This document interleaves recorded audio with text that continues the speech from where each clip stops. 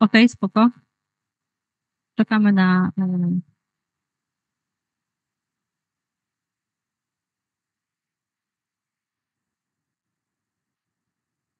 Okay. And we have an honor on moderating this session. It's clinical medicine.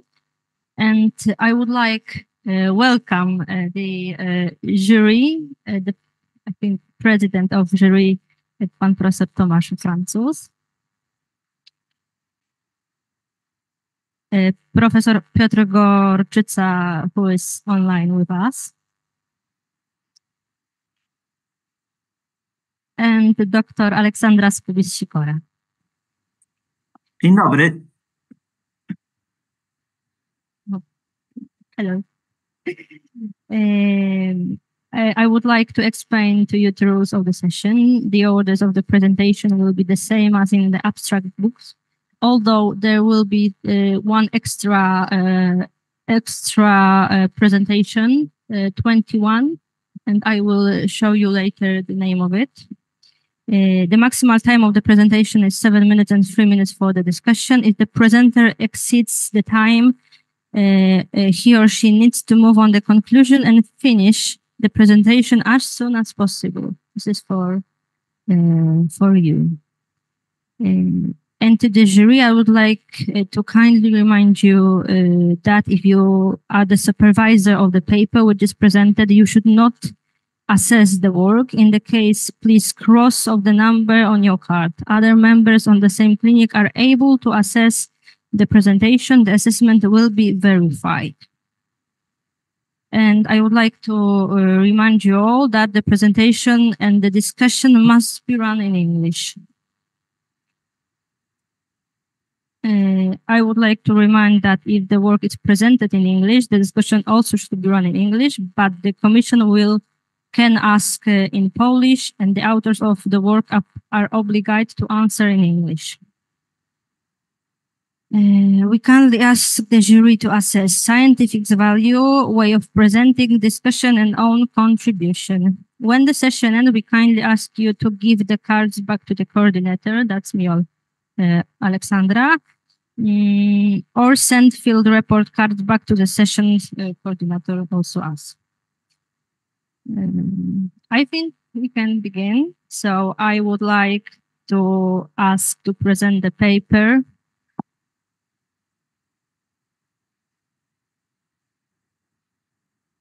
The first presentation, post-operative delirium following coronary artery bypass grafting on pump surgery. Is there? Hello, I'm here. Okay, you are online. Hello. Yes, can you see me and can you hear me? Yes, we can see you, we can hear you. Okay, so good afternoon, everyone. My name is Greta Gimbotaite, and I'm pleased to present you our research titled Post-Operative Delirium Following Coronary Artery Bypass Grafting on Pump Surgery. So this study was conducted at the Lithuanian University of Health Sciences, Kaunas clinics, under the supervision of medical doctor Greta Kasputytė. And we're excited to share our findings. So, post-operative delirium remains can you upload your presentation by your computer? Because without this, you're unable to switch the slides. So if you are unable to show us your presentation on your computer. Okay, I'll try.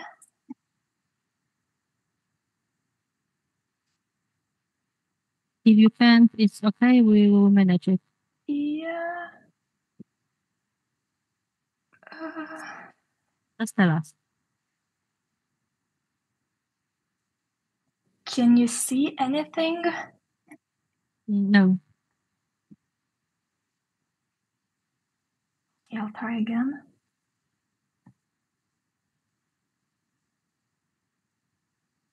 And what about now? Still no. Okay, it seems okay, like so we can't. will show it, but you must tell us when to change the slides, okay? Yeah, okay, that's fine. Okay. So sorry, next slide. you may continue. Yeah, the next slide. So next slide, can you move? So post-operative delirium remains one of the most frequent neurological complications following cardiac surgery. It has been closely associated with impaired cerebral autoregulation, particularly in procedures involving cardiopulmonary bypass, where fluctuations in cerebral perfusion are common. The next slide.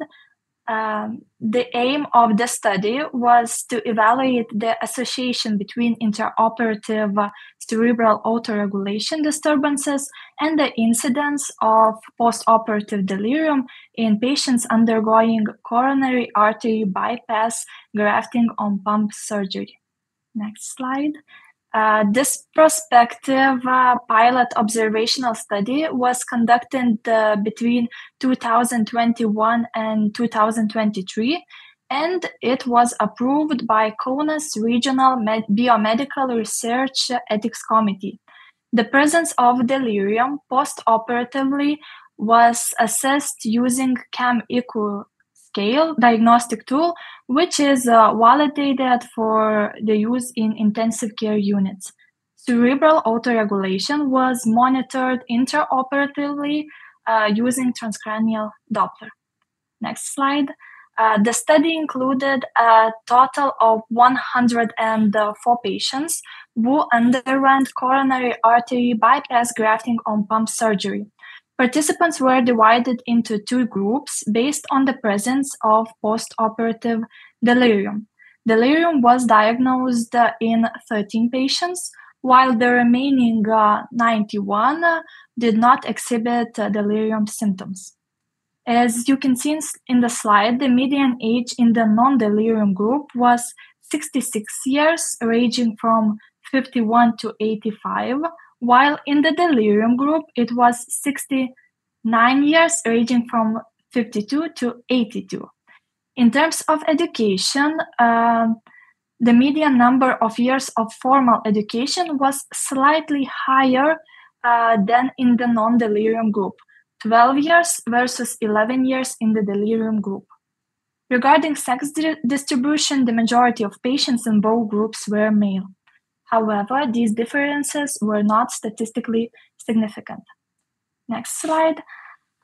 We compared cerebral autoregulation impairment durations between these groups, and this slide presents the median duration of the single longest cerebral autoregulation impairment event. Although the delirium group had a slightly shorter median duration than the non-delirium group, the difference was not statistically significant. So p-value was 0.290. And this slide also shows the total longest cerebral autoregulation impairment duration event. So here, the delirium group had a significantly longer impairment duration compared to the non-delirium group. The median for the delirium group was 4,783 seconds versus 4,204 seconds in the non-delirium group, with a p-value of 0.047, which is statistically significant. So this suggests that cumulative impairment durations may be more relevant than isolated events. The next slide. In addition to cerebral autoregulation, we also analyzed other interoperative factors. We found that a longer cardiopulmonary bypass time and aortic cross-clamping time were associated with the occurrence of post-operative delirium. These variables are shown to have statistical significance in our data set. And next slide. To conclude, I would like to say that our study suggests that several factors contribute to the development of post-operative delirium after coronary artery bypass grafting on pump surgery. The most significant among them are the total duration of cerebral autoregulation impairment event, cardiopulmonary bypass time, and aortic cross-clamping time. Early identification and careful interoperative management of these factors may help reduce the incidence of delirium and improve patient outcomes. So thank you for your time and attention.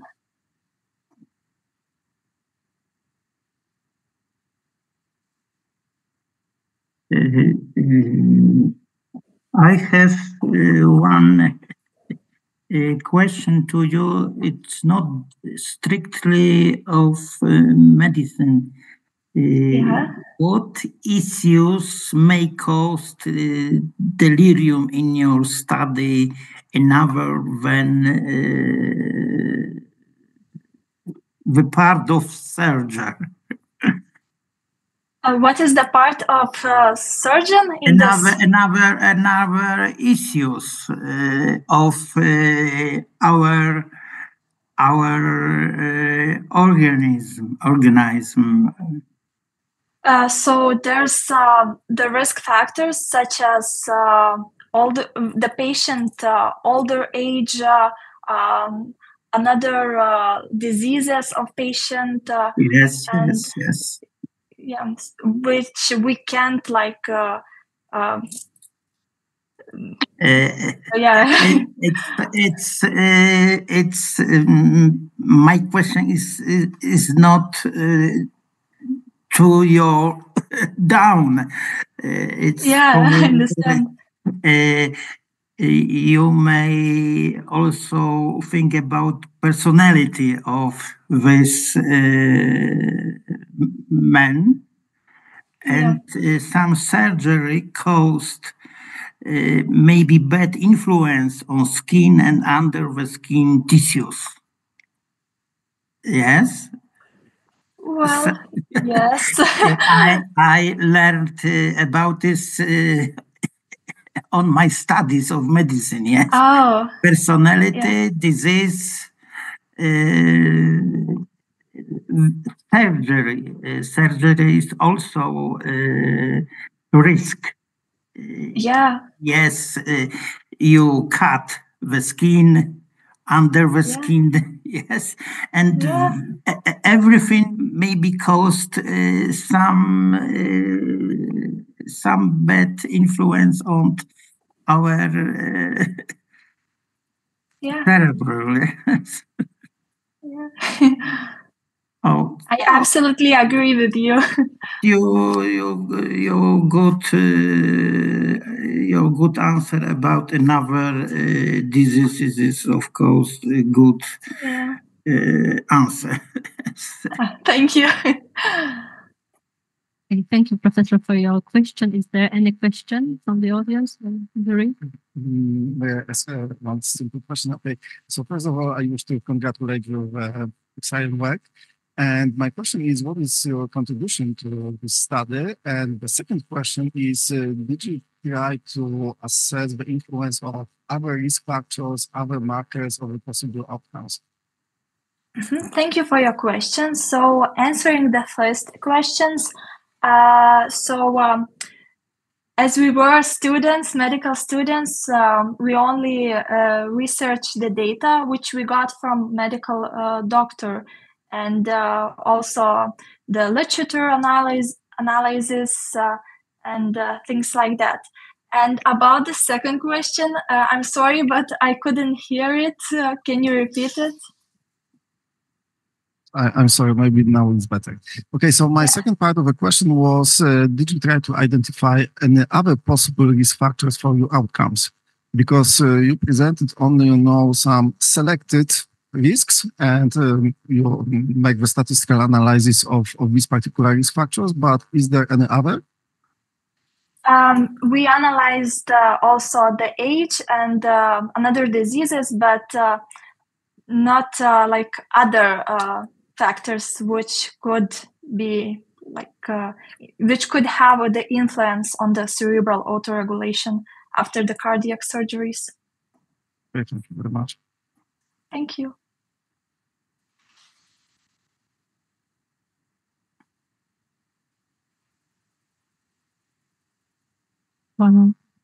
Once more, thank you for your presentation.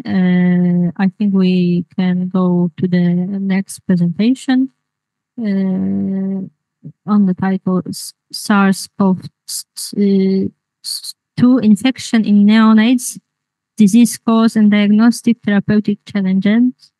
Yes, can you hear me? Can you see me? Yes, we can see you. I can try to upload the presentation here on Zoom. Will be great.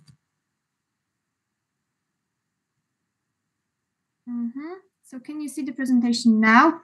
Yes. Okay.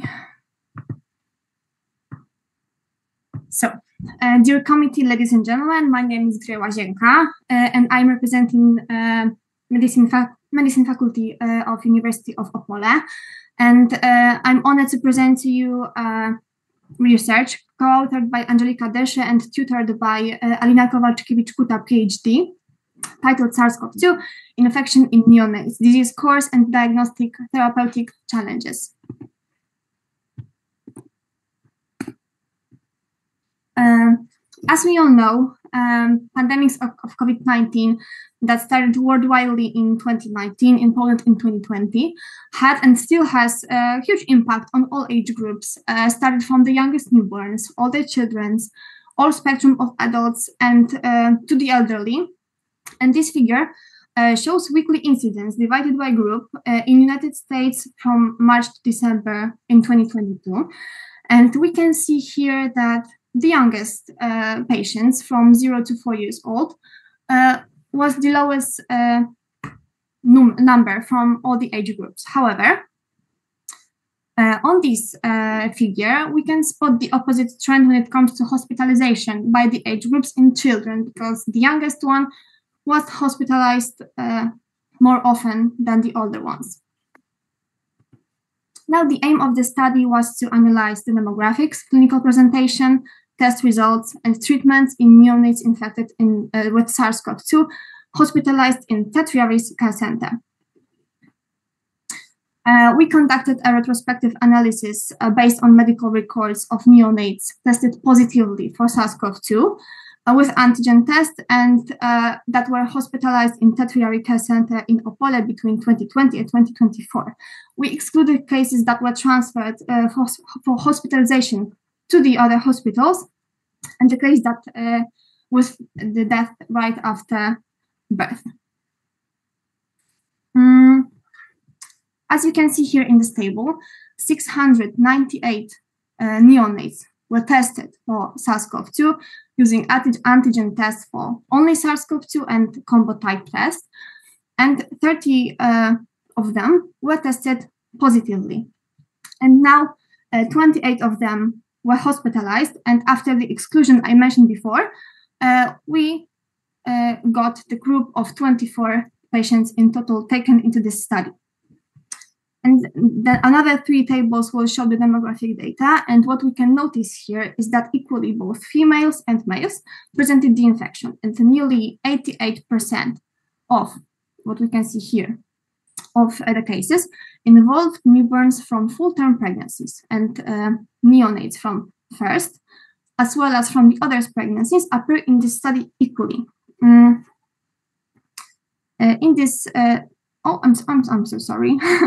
In this next table, what we can see is that babies delivered through C-section made up the majority, and also babies that were highly scored in Apgar scale in the very first minutes were the majority, and accordingly 91.67% and 95.83% of the neonates were scored 8 and higher in the first and the 5th minute of life. Also, 16% of infected neonates were born with low and very low birth weight, and there were no neonates with extremely low birth weight with SARS-CoV-2 infection. And this last table shows the circumstances of the sickening. And all infected neonates were older than 7 days, and the most numerous group were babies between 8 and 14 days of life, and then equally between 15 to 21 and from 22 to 28 days of life. 3 patients that were 12% of the group were patients infected at the unit, at the hospital, but all the rest was outside of the unit. And median time of hospitalization was 5 days. Now, among 95% of symptomatic cases, most common manifestation of the infection was rhinorrhea, feeding difficulties, fever, then cough, breathing effort, vomiting, conjunctivitis, and diarrhea. And when it comes to treatment, due to low blood saturation levels and breathing difficulties, 45.83% of patients required passive oxygen therapy, and 4.17% demanding active oxygen therapy. And beside the oxygen therapy, other symptomatic treatment was involved, like antipyretics, analgesics, nebulization, both from budesonide, phenytoin with ipratropium bromide, as well as sodium chloride. And removing secretion from upper airways and feeding tubes were also used in the process. And what's quite interesting, 25% of patients were treated with antibiotics. Now, doctors also performed lung ultrasonography in 18 patients, and 50% of them showed no abnormalities at all, but other 50% showed abnormalities like irregular pleural lines, abnormal lung aeration, subpleural consolidation, and impaired mobility, but also interstitial alveolar complexes. Lab tests were also conducted, and almost 30% of patients had positive C-reactive protein. Only 8.33 had positive procalcitonin, and 12.5 had leukopenia. Also, 19 patients were tested for alanine aminotransferase and 18 for aspartate aminotransferase, and results were accordingly 5.26% and 5.56% of patients had elevated levels of these enzymes. And coming to conclusions, SARS-CoV-2 infection is relatively rare among neonates. However, almost all the cases that were here in this research had positive symptomatic course. The severity of the infection may vary, and it results in significant difficulties and differences in the duration of hospitalization. Symptoms predominantly involved respiratory system. However, other manifestations like diarrhea, vomiting, conjunctivitis suggest potentially diverse clinical presentation. Also, frequent abnormalities in oxygen saturation levels, lung ultrasound findings, and need for oxygen therapy highlights how important it is to monitor continuously the respiratory parameters of the youngest patients. Thank you very much. It was a pleasure. Do you have any questions? Traditionally, I have curious questions for you. Yeah. What do you think about it? I don't know myself what about it. I get four in my life anti-COVID vaccines in USA. They wrote that this vaccines is a specialty of USA population. I don't know what think about it. I don't know how about USA because I only have the data from there because it's very available. But I think that vaccination here in Poland, when we started the vaccination, it lowered the number of the cases, and if the cases appeared, they were not as dangerous and rapidly evolving as before.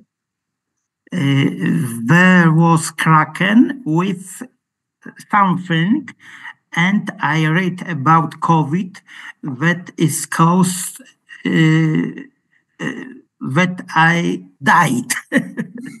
I don't know if in the Polish instructions, information for patient is the information about possibility of their dying. I don't know either, but it's a very interesting case that you mentioned.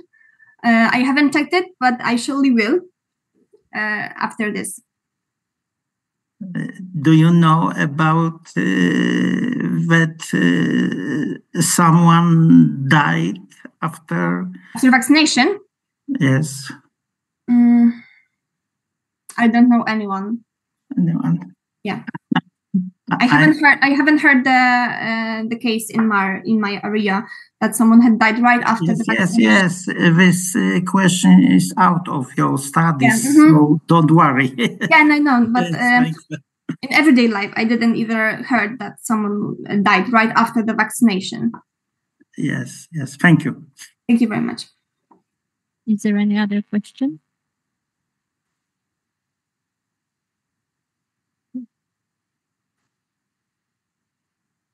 I want to say that's a great presentation, and I want to ask for one thing. Did you make any statistical analysis with correlation between the symptoms, results, age, etc.? Because it might be really interesting to know any specific elements maybe correlate with each other. We didn't make any statistic analysis of this. We only conducted the percentage that of the patients we had and how many percent of them showed or the symptoms or the lab tests. However, we had in plans to conduct the statistic analysis because it may show that that there are some connections between, for example, cesarean section and the infection. But no, now it's not done yet.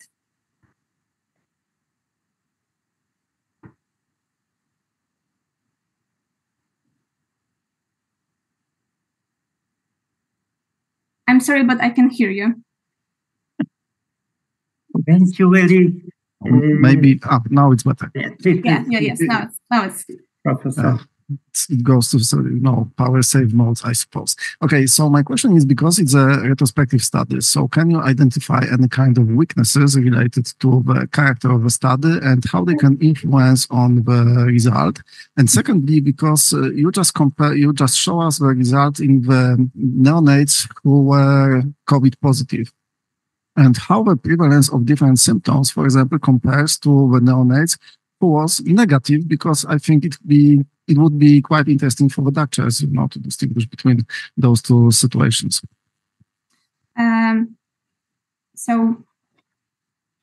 Weakness of this study was that, for example, in lab tests, I showed you only the results from maybe like the full population group, because all children had the CPR, C-reactive protein done, procalcitonin done, and white blood cells levels done. But for example, like CKMB or LDH, these lab tests are also dedicated for children with COVID. But in the hospital, not every doctor conducts this lab test. So it may be not very precise, for example. And to the second question, these 30 patients that were positive with SARS-CoV-2 was, and 28 of them were symptomatic. All the others was tested both when they come to hospital, no matter what was the reason, and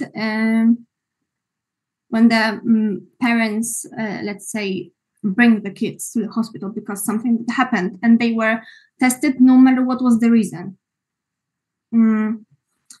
So in this case, it was quite precise. Okay, and do you know what was the sensitivity and specificity of the test for COVID? Specificity, no, because the only antigen tests were run. There were no PCR because, tests. In general, especially sometimes sensitivity, but specificity for the test is pretty low, so it for sure will influence the classification of your groups. Yeah, I personally think that the best way to run for example, this research was if the kids were tested with CPR test, CRP test, because as you said, the specificity was maybe low of the test.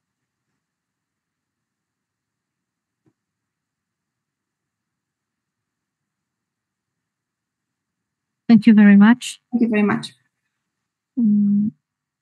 The next will be a presentation about carotid occlusion and endovascular treatment revolutionize its management.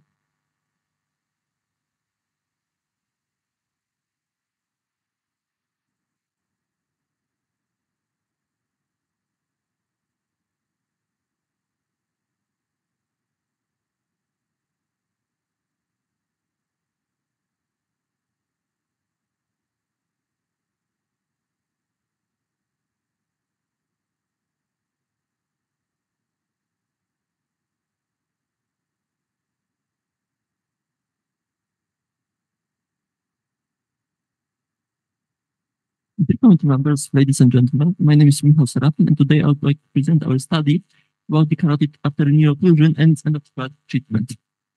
According to the European Society for Vascular Surgery, the carotid artery occlusion is defined as the occurrence of one of at least two of four angiographic symptoms, that is, delayed contrast filling above the ipsilateral stenosis, the recruitment of circle of Willis or distal internal artery collaterals, the diameter of distal ipsilateral internal carotid artery less than the contralateral internal carotid artery, and finally the distal diameter of internal carotid artery equal or less than the ipsilateral external carotid artery. Moreover, carotid artery occlusion can be divided into two parts, the two subtypes, the carotid artery occlusion without distal vessel collapse and with distal vessel collapse. The latest is defined as the internal carotid artery stenosis distal to the diameter distal to the stenotic part equal or less than 2 millimeters. The distal vessel collapse suggests the higher hemodynamic instability in affected patients. For many years, there was little to no data about the invasive management of carotid artery occlusion, mostly due to the fact that many vascular specialists were concerned about the high risk of intraoperative stroke. This was reflected in vascular guidelines, where for many years there was only one recommendation regarding the invasive treatment. Nonetheless, in recent guidelines, the new recommendation was added, marking a shift in clinical thinking. These changes show us a key issue with the persistent lack of scientific evidence and the non-specific recommendations, not specific character of recommendations. Therefore, in our study, we aim to evaluate the risks and outcomes of carotid artery stenting in treatment of carotid artery occlusion with and without distal vessel collapse. We performed a retrospective analysis of 1,132 patients treated with carotid artery stenting in our department in the last 7 years. Of these patients, 167 had carotid artery occlusion, and of these patients, 138 had carotid artery occlusion without distal vessel collapse, and 29 patients had carotid artery occlusion with distal vessel collapse. To our knowledge, this is the biggest analysis of carotid artery stenting in the treatment of carotid artery occlusion in the literature to date. In the whole group, there are 52 women and 115 men with a similar gender distribution between both groups. The average age was 68.79 years. Notably, the patients with carotid artery occlusion and distal vessel collapse were younger compared to the patients without distal vessel collapse.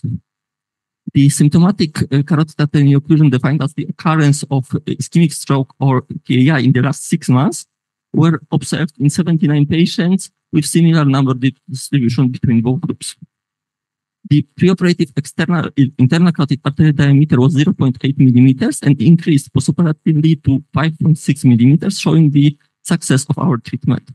Nonetheless, the increase in the diameter of internal carotid artery was bigger in patients without distal vessel collapse than in patients with distal vessel collapse. Here we present the preoperative as well as postoperative angiograms showing the final results of our treatment.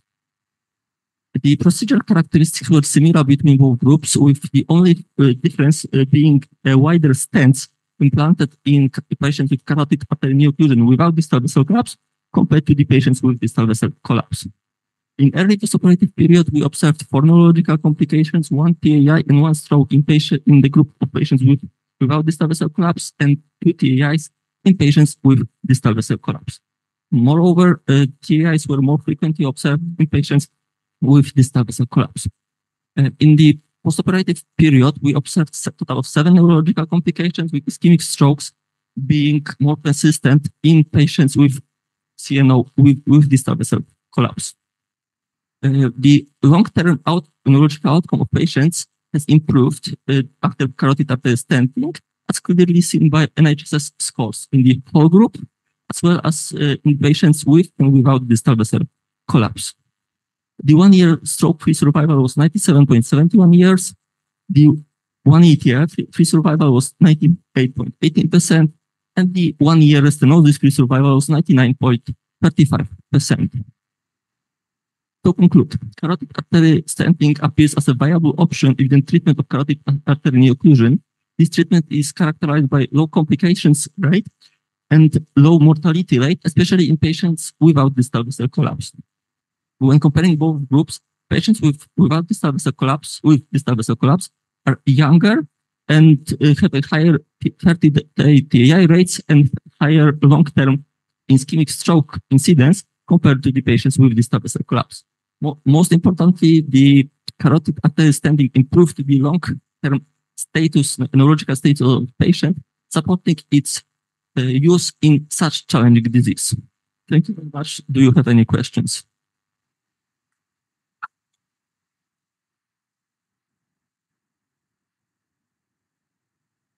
I have a question. Also, it's not my study and interesting about it. But if any medicines which patients taking may influence of your result. About the medications, the pre-operative medication did not influence any of our procedures. And our standard after the procedure is the double antiplatelet therapy after the carotid artery stenting. Not another, maybe antidepressants or others? I think there were no patients taking antidepressants in our group. Antidepressants with warfarin, SSRI? Okay, it's not for your study question. So.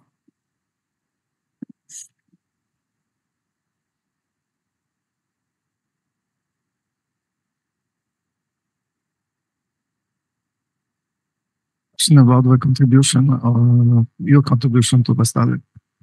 So I personally review all the patients and especially the angiograms of these patients. I measured all the internal and external carotid artery diameters.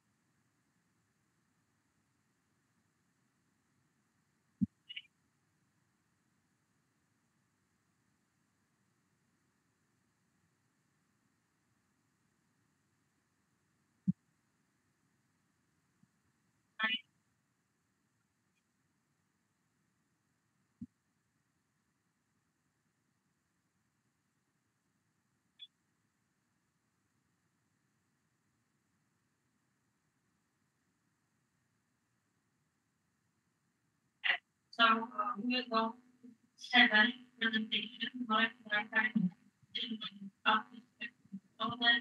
analysis of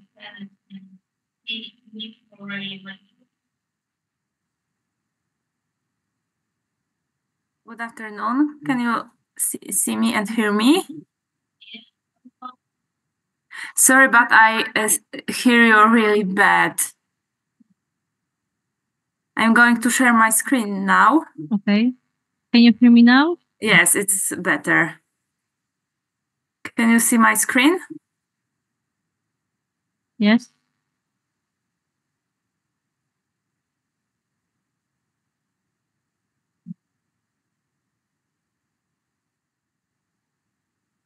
My name is Gabriela Ręka. I represent Independent Laboratory of Genetic Diagnostics of the Department of Pediatrics from Medical University of Lublin. I'm a PhD student and I have a great pleasure to present you today my work about molecular karyotypes in children with autism spectrum disorder. I analyzed results from a single nucleotide polymorphism microarray. Autism is a group of complex neurodevelopmental disorders that include 3 components: deficits in social communication, in maintaining relationship, and repetitive sensory-motor behaviors. Among causes of autism, literature enumerates several factors, and about 30% of cases of ASD are results from genetic causes according to the literature. And here you can see genetic changes which are described in the literature.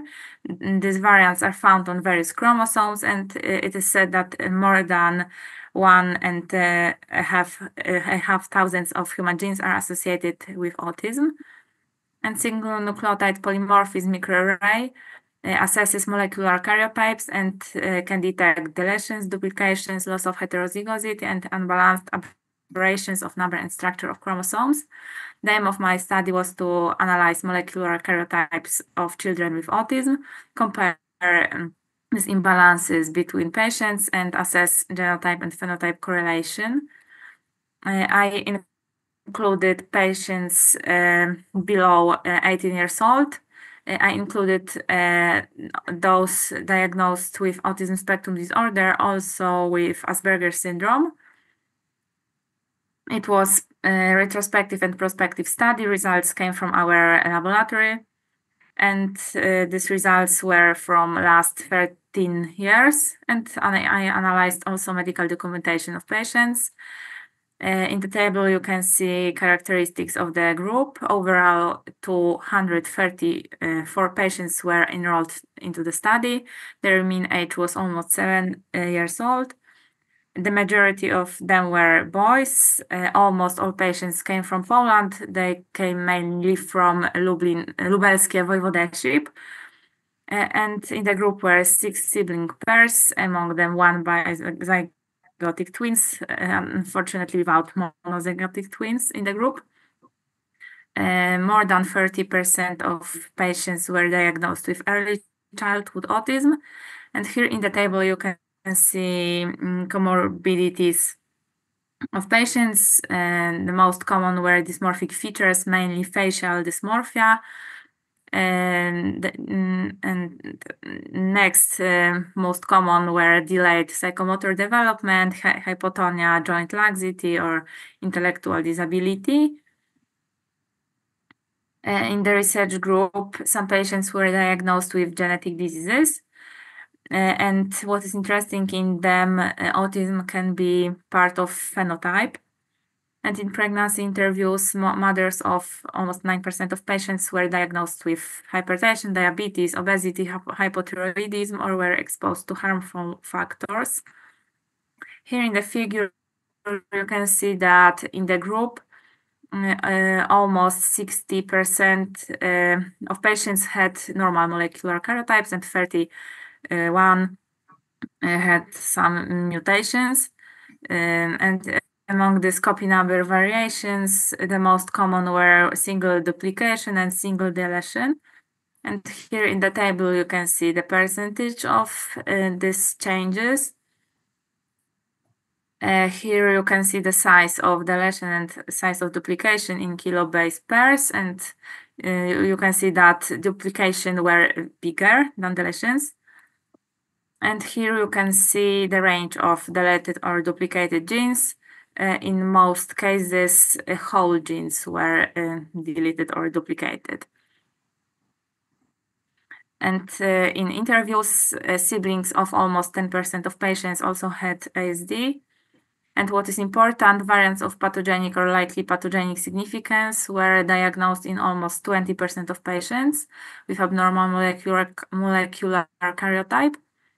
And almost 17% concerned clinical features of the patients, autism or other comorbidities. And the majority of variants were variants of unknown significance. And what is also interesting, most variants were inherited from fathers. And here I present you tables with detailed results of our patients. In green, you can see repeated genes in the same locus in deletion and duplication. In red, I marked repeated genes in different patients, but in the same locus, in the same type of copy number variation. And in bold, I marked pathogenic copy number variation. And you can see that these pathogenic changes were mainly in many genes, and this of unknown significance were rather single genes. Here you can see the third and the fourth chromosome, and the next chromosomes. You can see that in many chromosomes, these genes are repeated, or this locus are repeated. For example, on 11 chromosomes, we did not find any deletions. Chromosome 14 and 20 were not affected at all. And here is an interesting thing, and this duplication on 15th chromosome on the long arm. And the most common repeated genes were genes OTUD7A and CHRNA7. They are potentially connected with autism.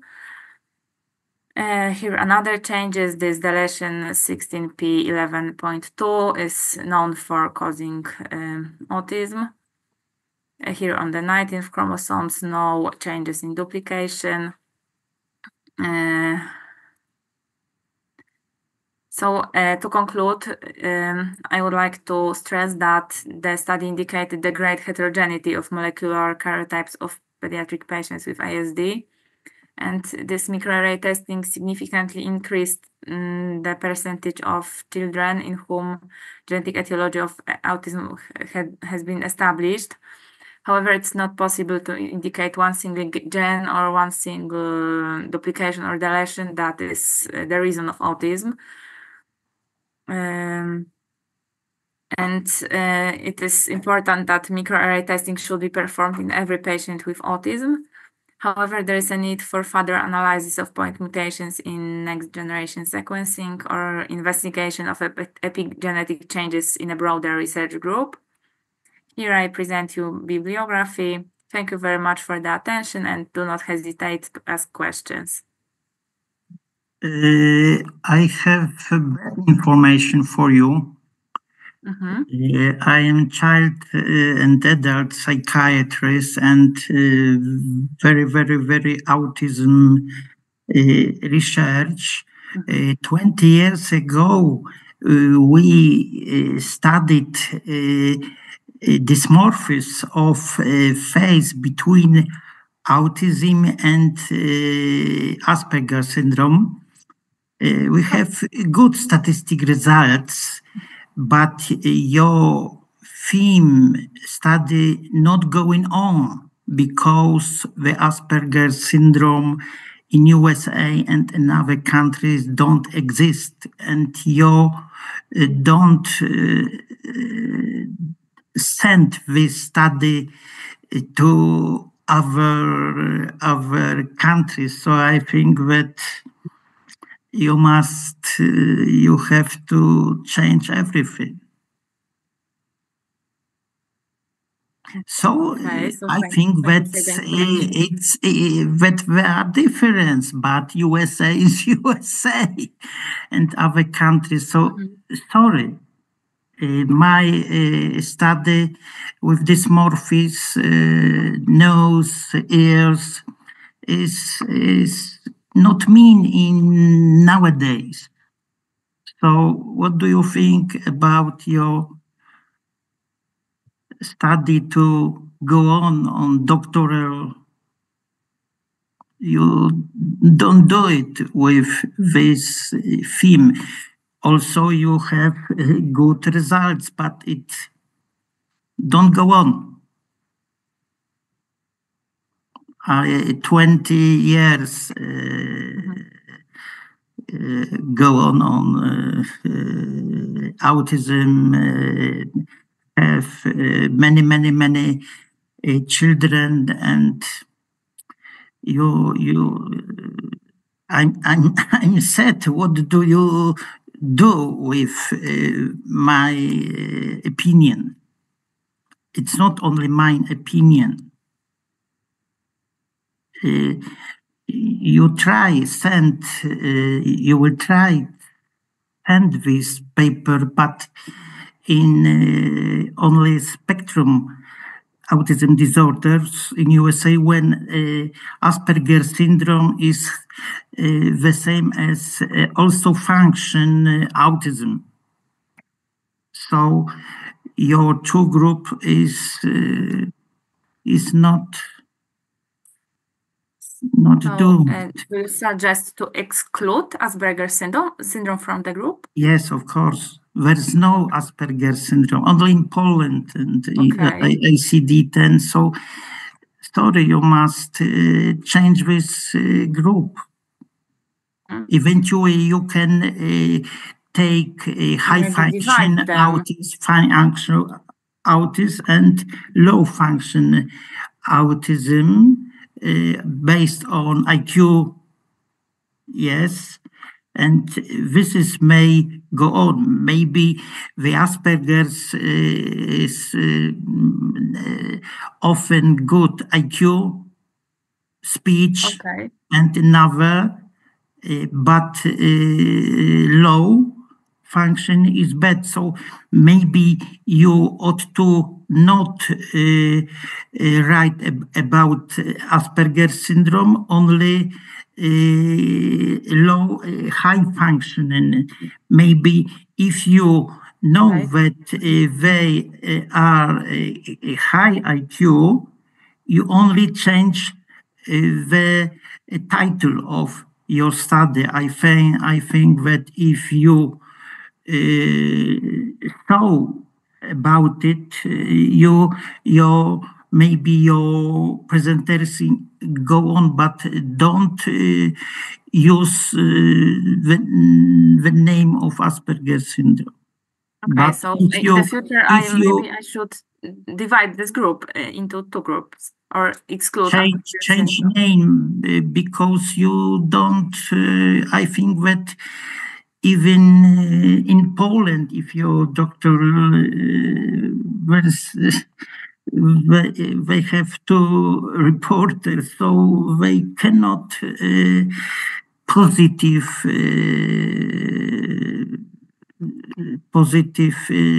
results for you. Okay, so thank you for your information. You do it? If you do it? Yeah, I can do it because I know which patient had which you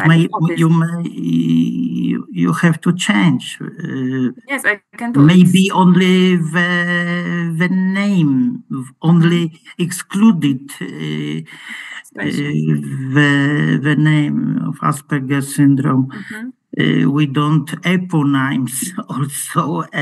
The first is Sucharieva, 1922, as personality schizoid. The two is Kanner and Asperger, which in the Second War is Batman for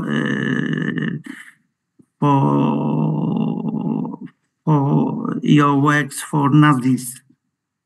Yes. So it's curious to think about it in Wikipedia. If you so please, based on DSM-5 USA classification or ICD-11, but excuse me, Professor, but we have only 3 minutes per one candidate, so please make the very concrete questions, okay, to our presenters. Ja może po prostu jeszcze powiem, tak, panie profesorze, bardzo dziękujemy za wszystkie uwagi, pytania, ale no, jeżeli nie będziemy pilnować 3 minut na dyskusję, to my nieistotnie wyjdziemy po prostu. Także musimy się trochę, mamy 21 prac.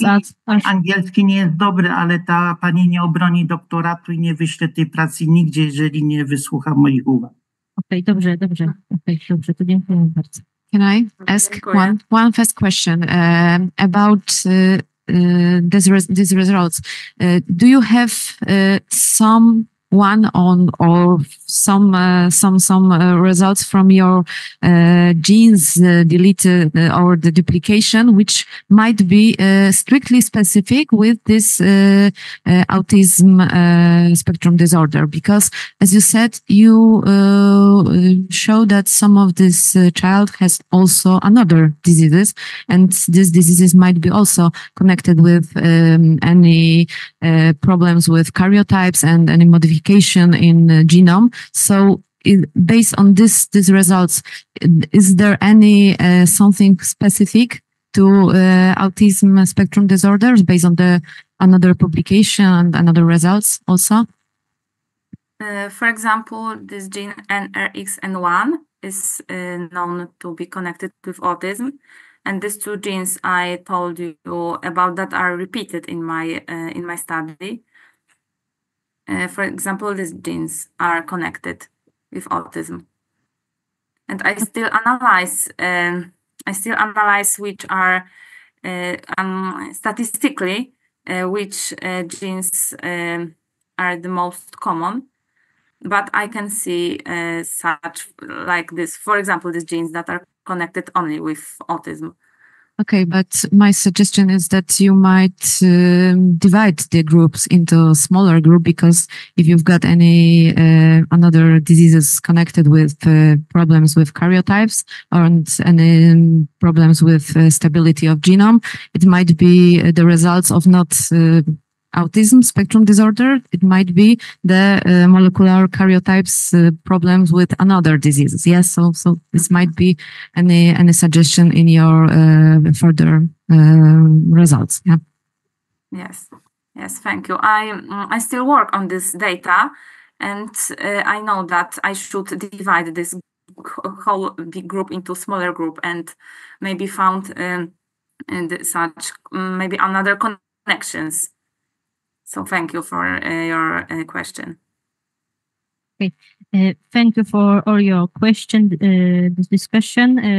We would like to go to the next presentation, number 8, the role of miRNAs and their interaction in the pathogenesis of myocarditis.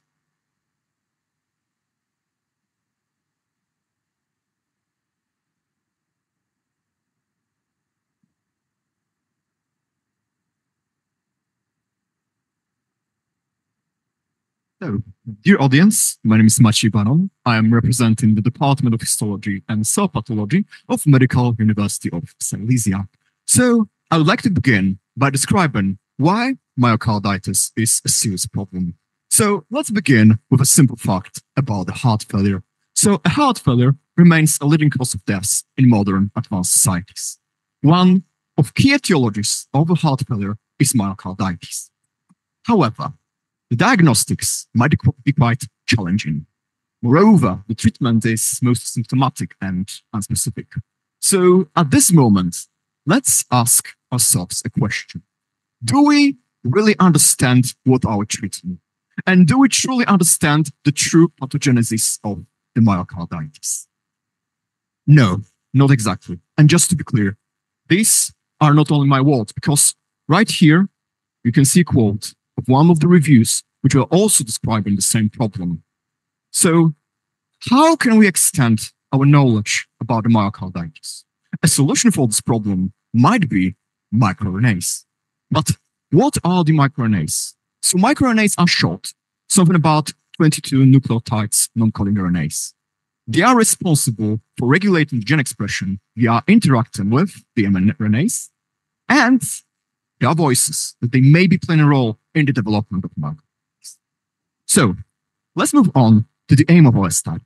So our goal was to determine the expression of ChR896, microRNA 1, microRNA 155, 125, 143, and 222 in patients with myocarditis, and determine the correlations between them. So let's carry on to our inclusion and exclusion criteria. So to the study group, we have included 14 patients. These patients were required to have histological and immunohistochemical evidence of active myocarditis. Moreover, they were required to have no significant improvement or worsening in a clinical condition despite the treatment, and they should have left ventricular ejection fraction lower than 45%. However, we were excluding the patients who were positive for an active infection. Moreover, we were excluding the patients with another specific cause of a heart failure and with another significant heart disease, for example, with cardiac amyloidosis. And finally, we were excluding the patients with other significant non-cardiac diseases, like, for example, severe liver disease or with carcinomas. So right now, let's talk about our methodology. So here you can see the kits we have been using in this study. Moreover, it is worth mentioning that we have been using our self-designed primers, and the statistical analysis has been performed by using RStudio. But what have we exactly done? So first, we have performed histopathological examination. Then we have isolated microRNAs from the cardiac tissues. Then the microRNAs were reverse transcribed into cDNAs. And finally, we put the cDNAs into qRT-PCR to determine our results. At this moment, I would like to point one particular thing.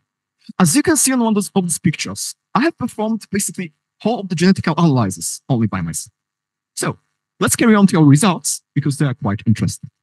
Here, you can see a biopsy of one of our patients. Particularly, it was one of 3 patients with the most severe myocarditis. It is immunohistochemical staining for lymphocytes. So here you can see those lymphocytes. There are quite a lot of them.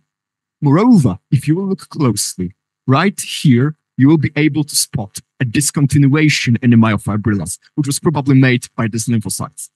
So as I said, we had 3 patients with the most severe myocarditis. And those patients had also the most significantly elevated levels of the expression of CHR896. As you can see on this diagram, the fold change difference between these 3 patients and the others is just huge. And moreover, our results are pretty similar to the results we had when we were writing our review, which I'm also decoded. And furthermore, we had also found 3 statistically important correlations. First, between microRNA 222 and 155. Second, between microRNA 155 and 143. And third one, between microRNA 125 and 143. But why are these correlations so important? Let's move on to our conclusions. So let's begin with our first correlation between microRNA 222 and 155. So microRNA 222 is upregulated in response to a viral infection, while microRNA 155 is responsible for activating the lymphocytes. And thus, this co-regulation might be responsible for supporting antiviral immune response. Okay, so let's carry on to our second correlation between microRNA 143 and 155. So as we said, microRNA 155 is responsible for promoting the inflammation. On the other hand, microRNA 143 is responsible for promoting the differentiation of the lymphocytes, of the macrophages into M2 forms, which are anti-inflammatory. And thus, this co-regulation might be responsible for keeping a right balance in the immune response. And let's move on to our third correlation between microRNA 143 and 125. So, as we said, microRNA 143 is responsible for promoting the polarization of the macrophages into M2 forms, which are responsible for the fibrosis. On the other hand, microRNA 125 is responsible for reducing the fibrosis levels. And thus, the expression of microRNA 125 might be responsive to the fibrosis to preserve a proper cardiac function. Pretty clever, aren't it? And last but not least, I would like to add that this study has been approved by Bioethical Commission of Medical University of Silesia. So thank you very much for your attention. If you will have any questions, please feel free to ask. I'll be happy to answer.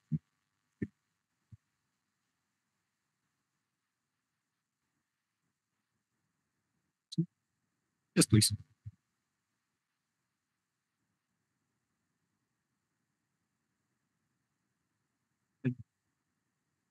Well done. So the correlations was scanned by actually one of the co-authors. We were using Pearson methods to determine the correlation, if the correlation exists.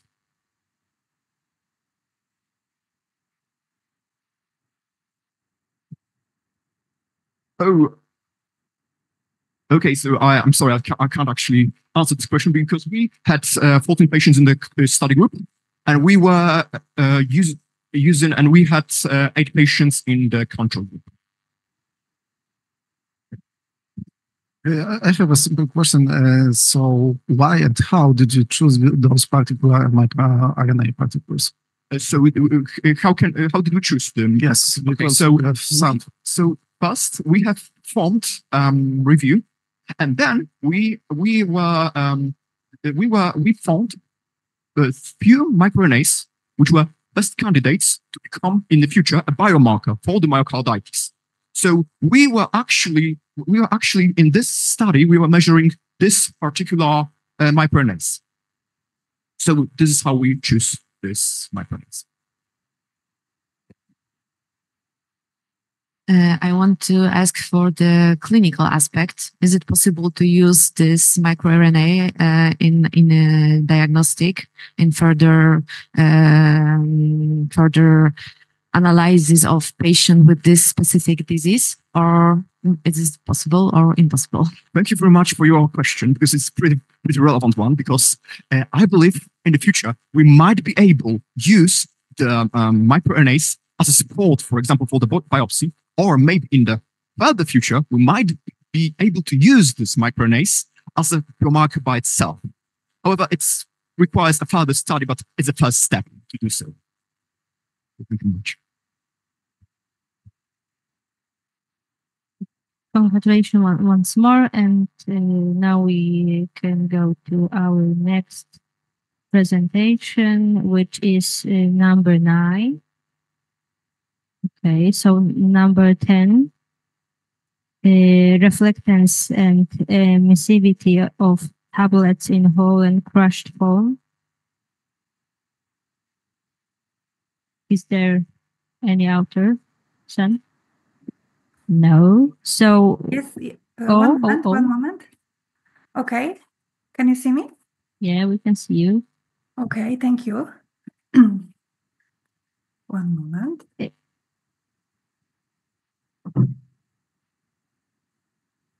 Okay.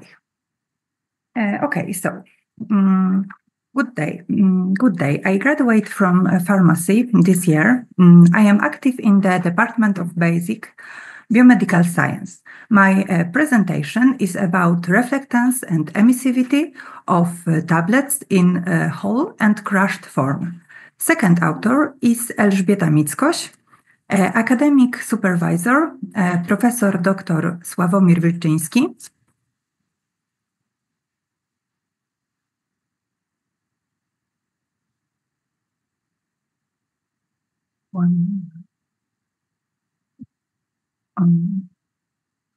Okay.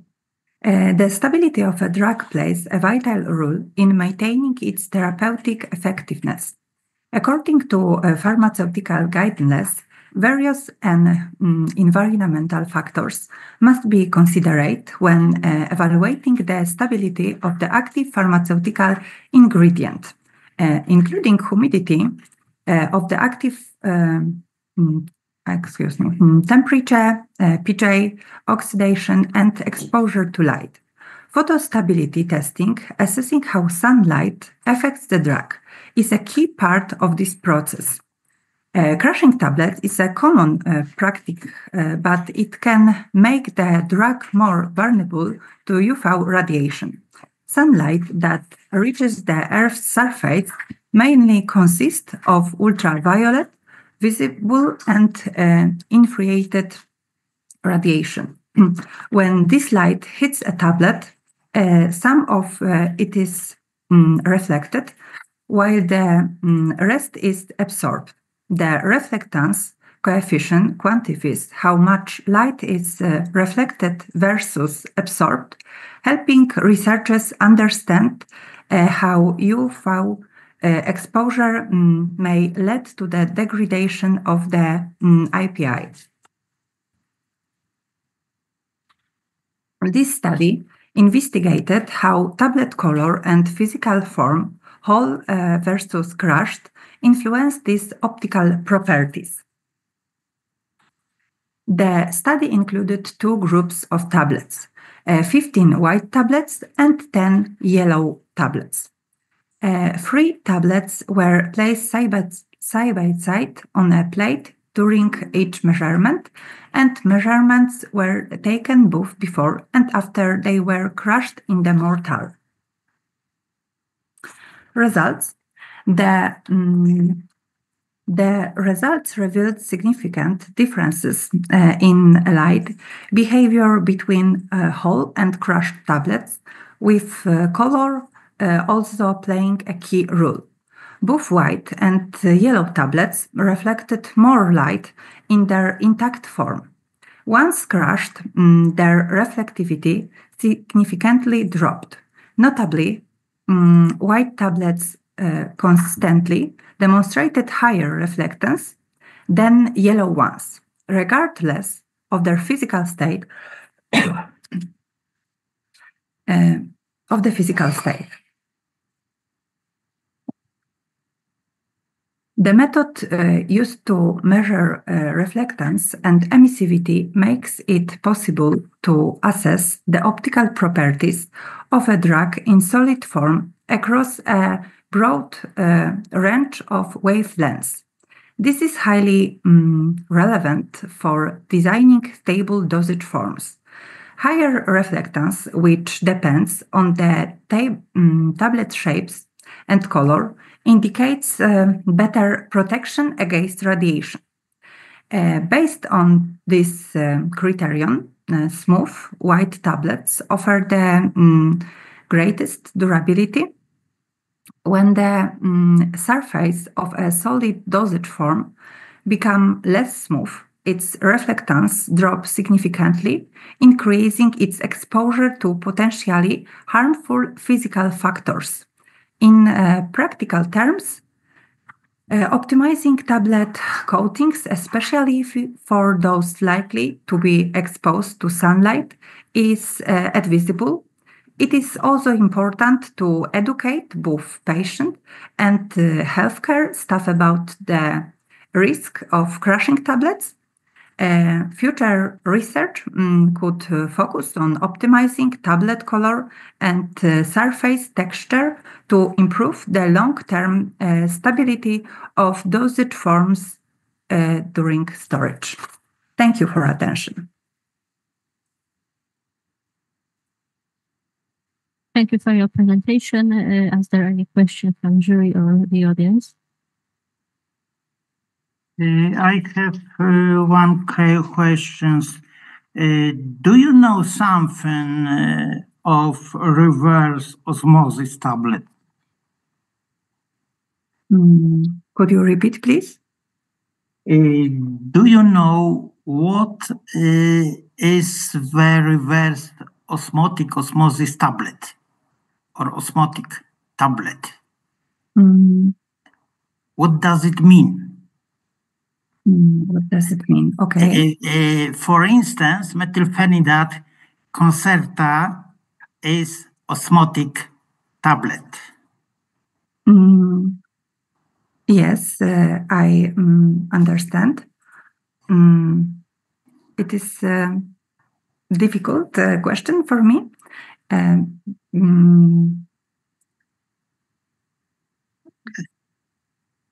This tablet with fluid which go around the intratablet. So it is an osmotic function. Okay, thank you for information. Please watch at Concerta. Methylphenidate for ADHD children and adults also. It's especially tablets. Maybe there are many in the word others, but I know about it only about Concerta. Methylphenidate. Okay, I'm sorry, but I am stressed. It's my knowledge, not yours. So don't worry. Maybe you ask your professor, yes, about it. Don't worry, it's only one question. Okay.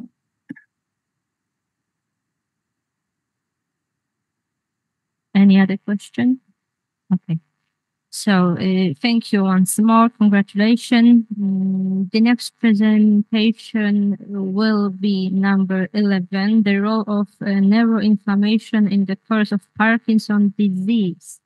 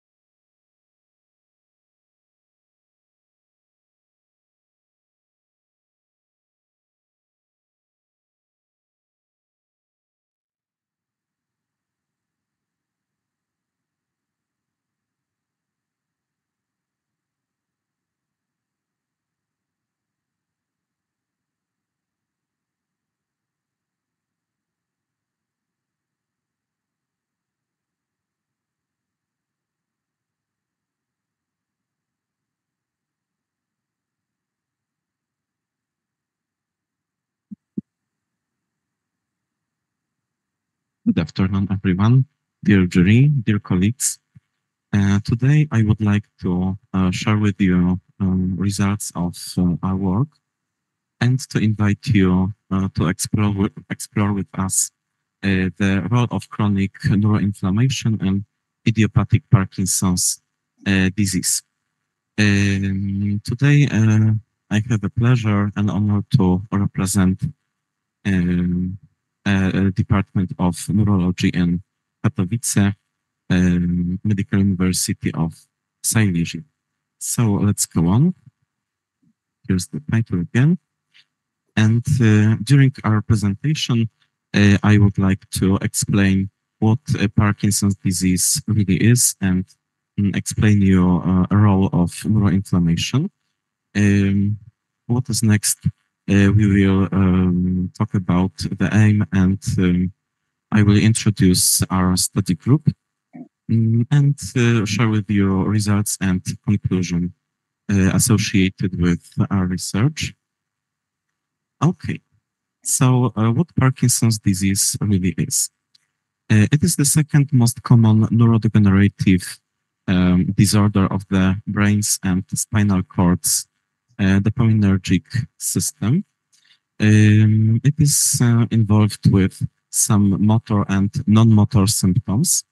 Non-motor symptoms include some difficulties with brain, for example, some cognitive perturbations, difficulties with miction, urination, and some gastrointestinal disorders. It is very relevant to make some researches in this field because Parkinson's disease leads to disability, unfortunately. And according to the present state of knowledge, many genetic and environmental factors have been identified. However, any more and their complex interdependence are yet to be explained.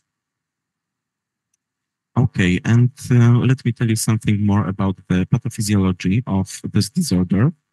It consists of two substantial processes, which involve an aggregation of alpha-synuclein leading to Lewy pathology and the generation of dopaminergic neurons and substantia nigra, pars compacta.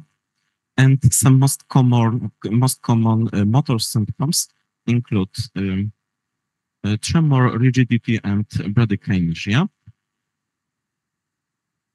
And what is neuroinflammation?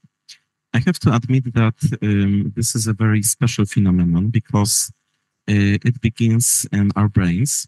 It begins with microglia and astrocyte cells. And it is connected, associated with some pro-inflammatory and anti-inflammatory cytokines. The pro-inflammatory cytokines important for this disease are TNF-alpha, interleukin-1 beta, and interleukin-6.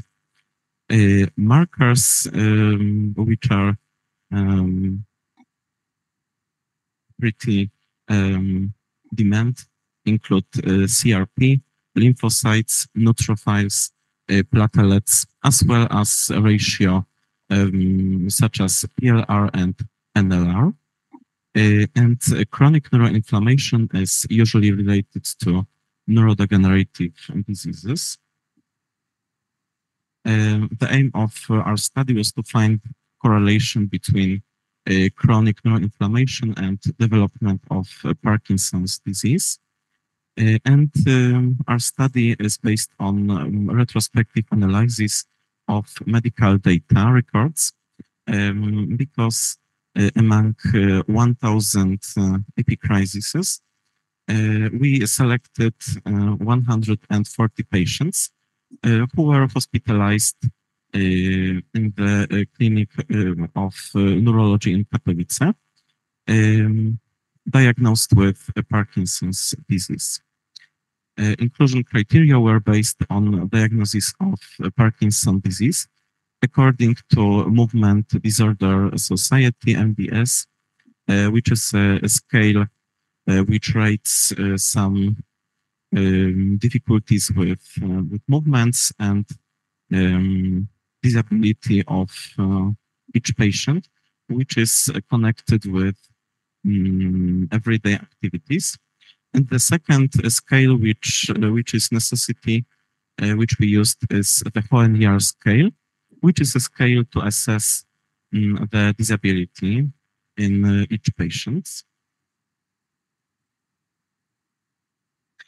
And how about the results of our study? Our results show a significant negative correlation of lymphocyte levels with age of the patients. And it also shows a significant negative correlation of platelet levels with age of the patients and with the age of onset, which is quite important because as we noticed, some features which shows more inflammatory of this disease promotes symptoms and are also associated with a bigger demand for some medications, for drugs. And during our survey, we also found a positive correlation between neutrophil levels and Hohenjahr's scale score. And also we noticed a positive correlation between white blood cells levels and Hohenjahr scale score. Platelet to lymphocyte ratio, PLR, shows a positive correlation with higher levodopa equivalent daily dose, and which is more, levodopa is one of medications used in the current therapy of this disease with very good results. And what about conclusions of our survey? Early onset disease shows higher levels of neuroinflammation and is more conducive to the development of symptoms. In turn, the correlation of PLR with LEDD may indicate the onset of more severe disability in the course of PD and a greater need for medication. And it seems pretty necessary to conduct further studies to verify the conclusions obtained in our work. We are sure this field of work is very promising for some next studies. Okay, and that's all from me. And I'm happy to see some questions from you.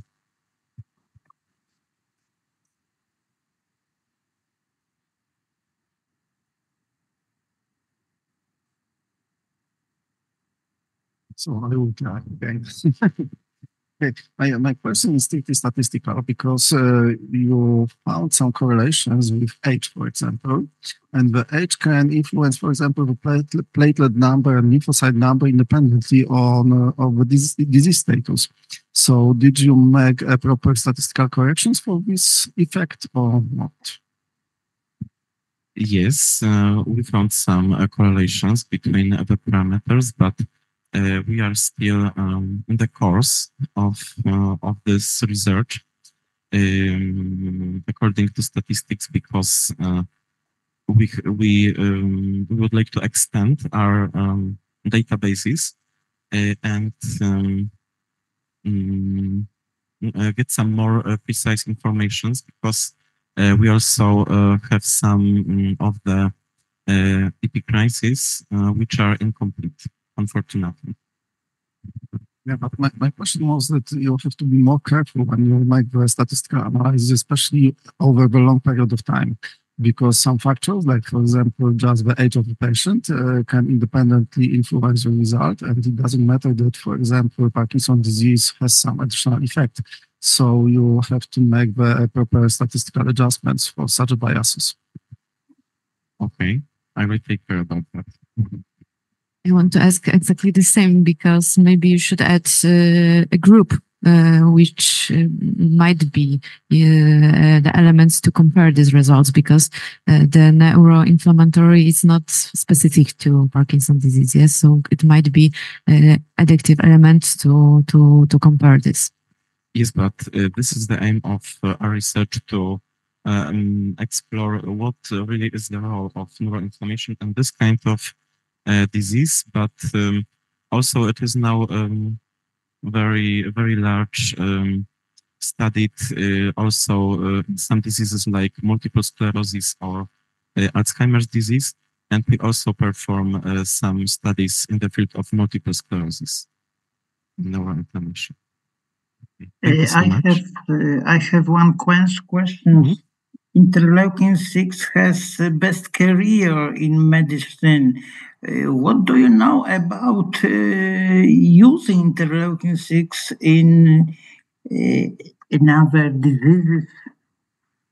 I read about it in one, in catatonia in psychiatry when use interleukin-6 with a good effect. Do you know another issues of using interleukin-6 not in studying? Yes, thank you so much for this question because this aspect is pretty interesting. Yes, also the interleukin-6, IL-6 is frequently used during, for example, schizophrenia. And as some researchers also noticed, there are some very good results of using interleukin-6 because schizophrenia is also one of the diseases associated with neuroinflammation. It is inflammatory disease. Thank you. Thank you, also.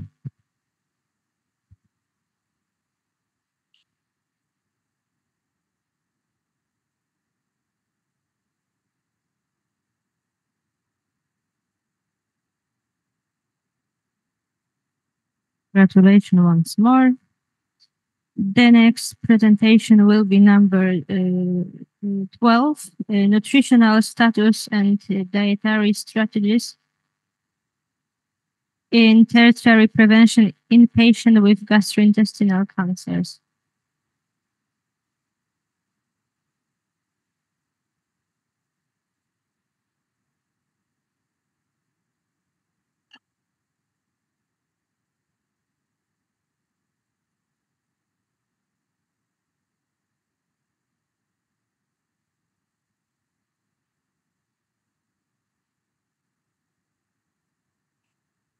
Sorry for another technical break. This for the jury, this presentation were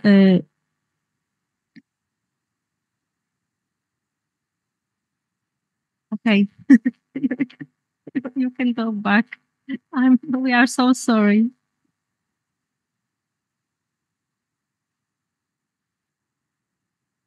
So once more, presentation number 12. State is yours.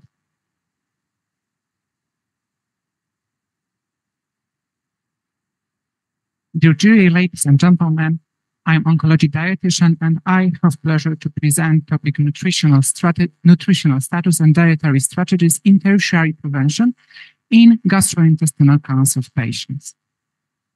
Let me start. Nutrition plays a key role in gastrointestinal cancers treatment. Hippocrates once said, "Let your food be your medicine." And this quote remains relevant in tertiary prevention, where the therapy is ongoing, and we try to prevent further complications and improve quality of life. Adequate nutritional status is basis for effective cancer therapy. Otherwise, risk of malnutrition increases, leading to undesirable clinical conditions such as anorexia, cachexia, or tumor spread. Unfortunately, cancer treatment is often invasive and damage not only cancer cells but also healthy tissues, leading to numerous side effects.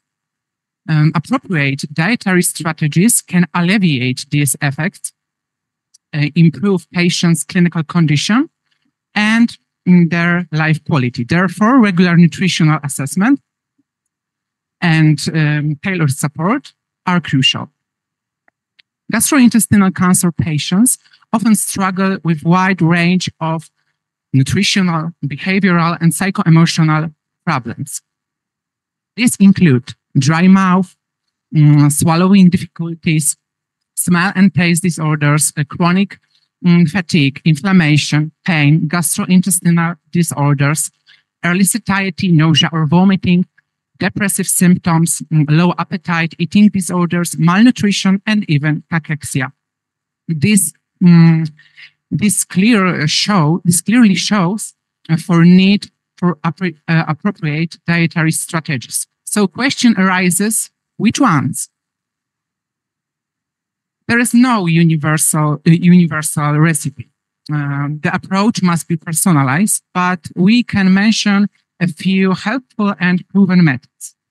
For example, using easy-to-digest diets, avoiding lying down position during meals, avoiding strong smells and irritating textures, encouraging frequent sipping of fluids, and also using food for special medical purposes, maintaining appropriate food consistency and aesthetics, using laxative or constipation foods as needed, and also small, frequent, energy-rich meals, slowly consumed, often make a big difference. The aim of study was assessment of nutritional status and dietary strategies in tertiary prevention in gastrointestinal cancer patients. The study group included 75 patients with gastrointestinal cancers. The study was carried out in 2 medical facilities in Silesia. The research tools were standardized mini nutritional assessment and original questionnaire. The research method was paper and pencil interview. Inclusion criteria were diagnosed gastrointestinal cancer, traditional oral nutrition, and patient's voluntary consent. Exclusion criteria were failure to meet any of inclusion criteria and resignation during study. Moving on to results, M&A showed that almost 60% of patients were at risk of malnutrition. This fact may be related to weight loss over than 3 kilograms in the last 3 months, and also insufficient intake of protein, fats, and carbohydrates in the last 3 months. Besides, avoiding food in the last 3 months due to eating disorders.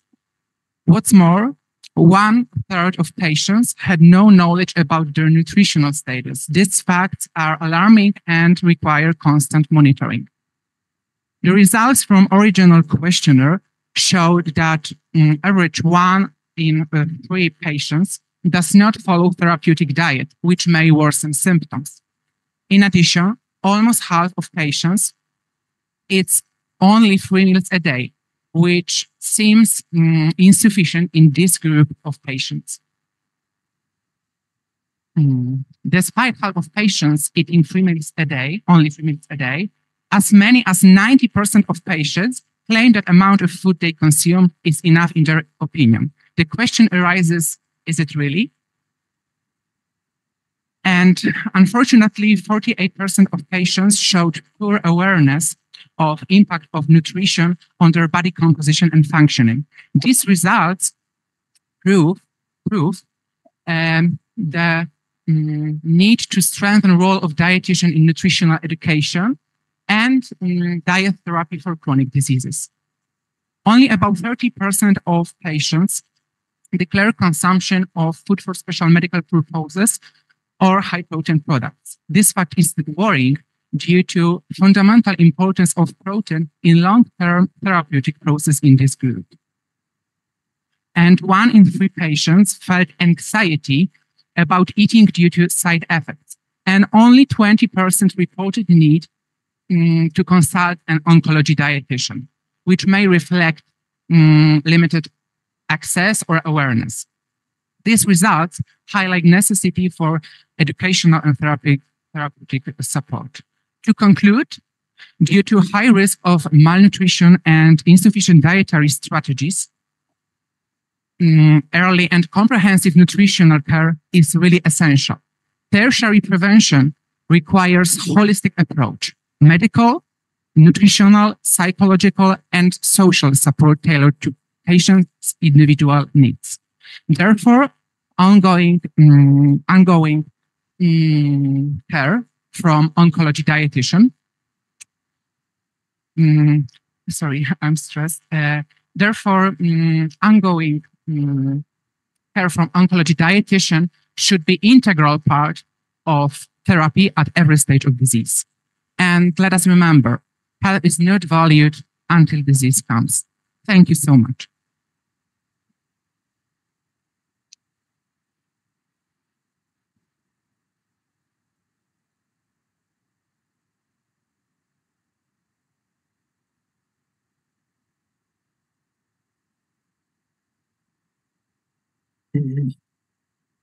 No to ja coś powiem. Słychać mnie, tak? Słyszy mnie pan, tak? What is your opinion about psychotherapy group in oncology patient? Do you know something about it? The first was Irving Yalom. So it is a psychological factor and sociologist factor. You know, you told about them. Thank you for this question. I agree that psychological support in oncological patients is crucial, is important. The tertiary prevention requires holistic approach from oncologists, dietitians, psychologists, physiotherapists, etc.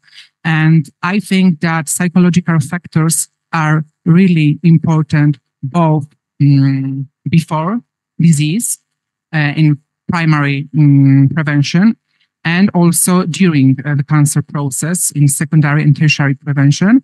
And we should provide multidisciplinary, interdisciplinary support the patient, but I know that it is really difficult in our era to support complex support, but it is really necessary in my opinion. There are not many specialists in these diseases. Okay, thank you. Thank you so much.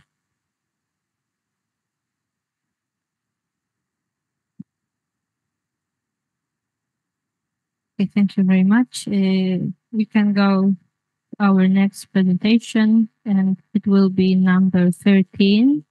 Comparison of human milk macronutrient composition in mothers with and without gestational diabetes.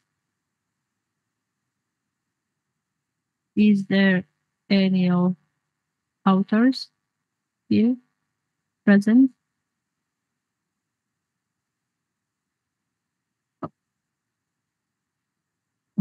Okay, hello, sir. Could you show us your face? Could you turn on your camera, please?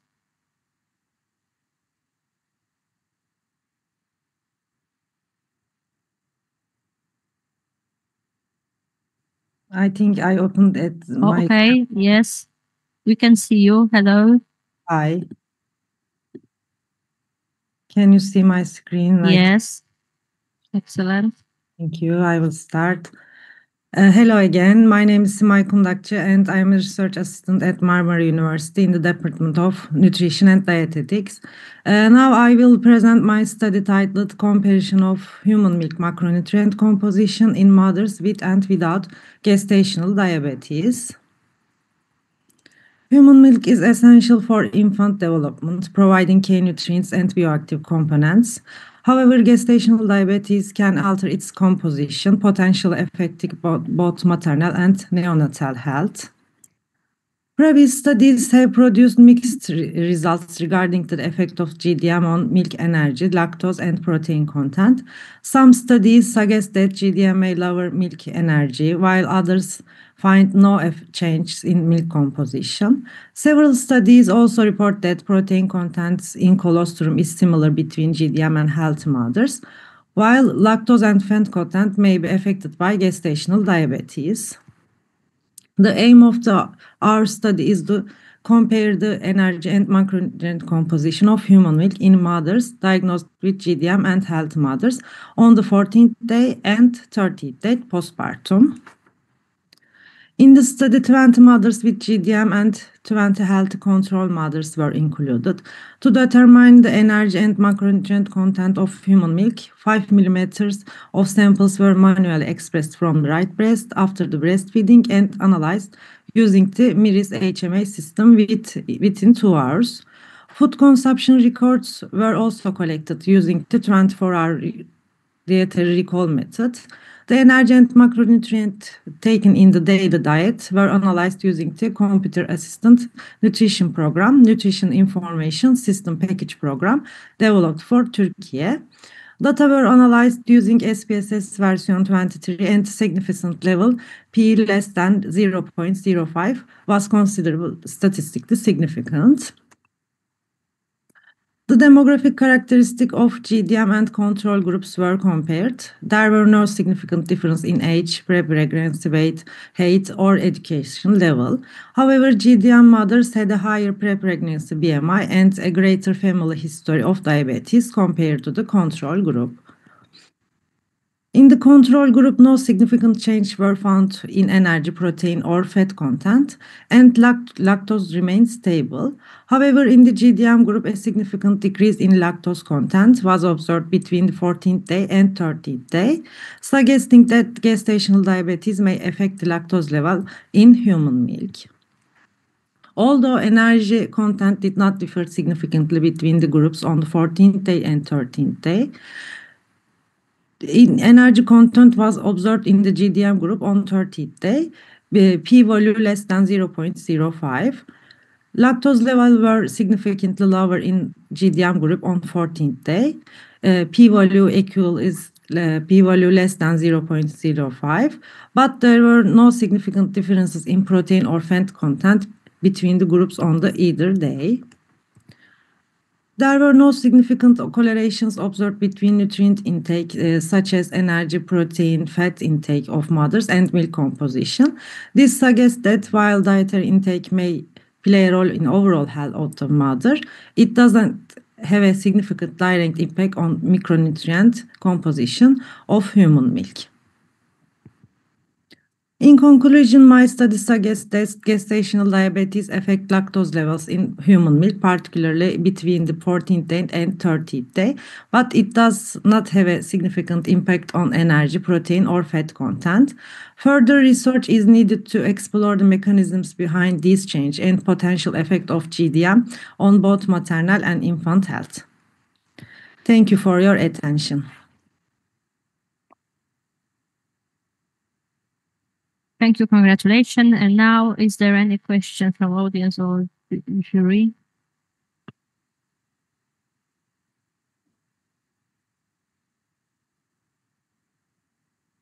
Maybe I would like to ask.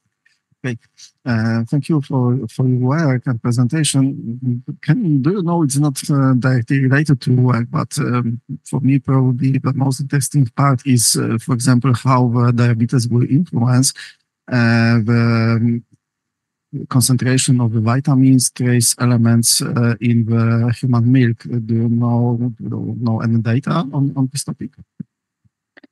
No, we don't calculate macronutrients or trace elements. We only work on human milk energy and others macronutrients, protein, lactose, and fat. Thank you very much. Thank you. Once more, congratulations for presentation. Now we go to the next topic. And there will be number 14, proteomic and phosphoproteomic landscape of testicular germ cell tumors. Yes, good afternoon, ladies Good and afternoon. gentlemen. We can hear you. Okay, that's great to hear that. But we can't see you. Okay.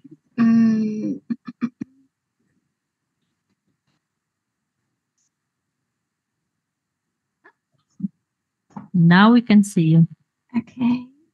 Now go back You may to start. the presentation.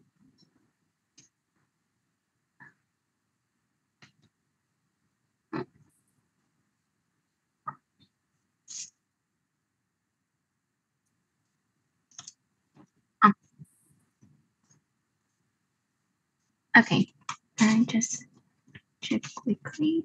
It's okay.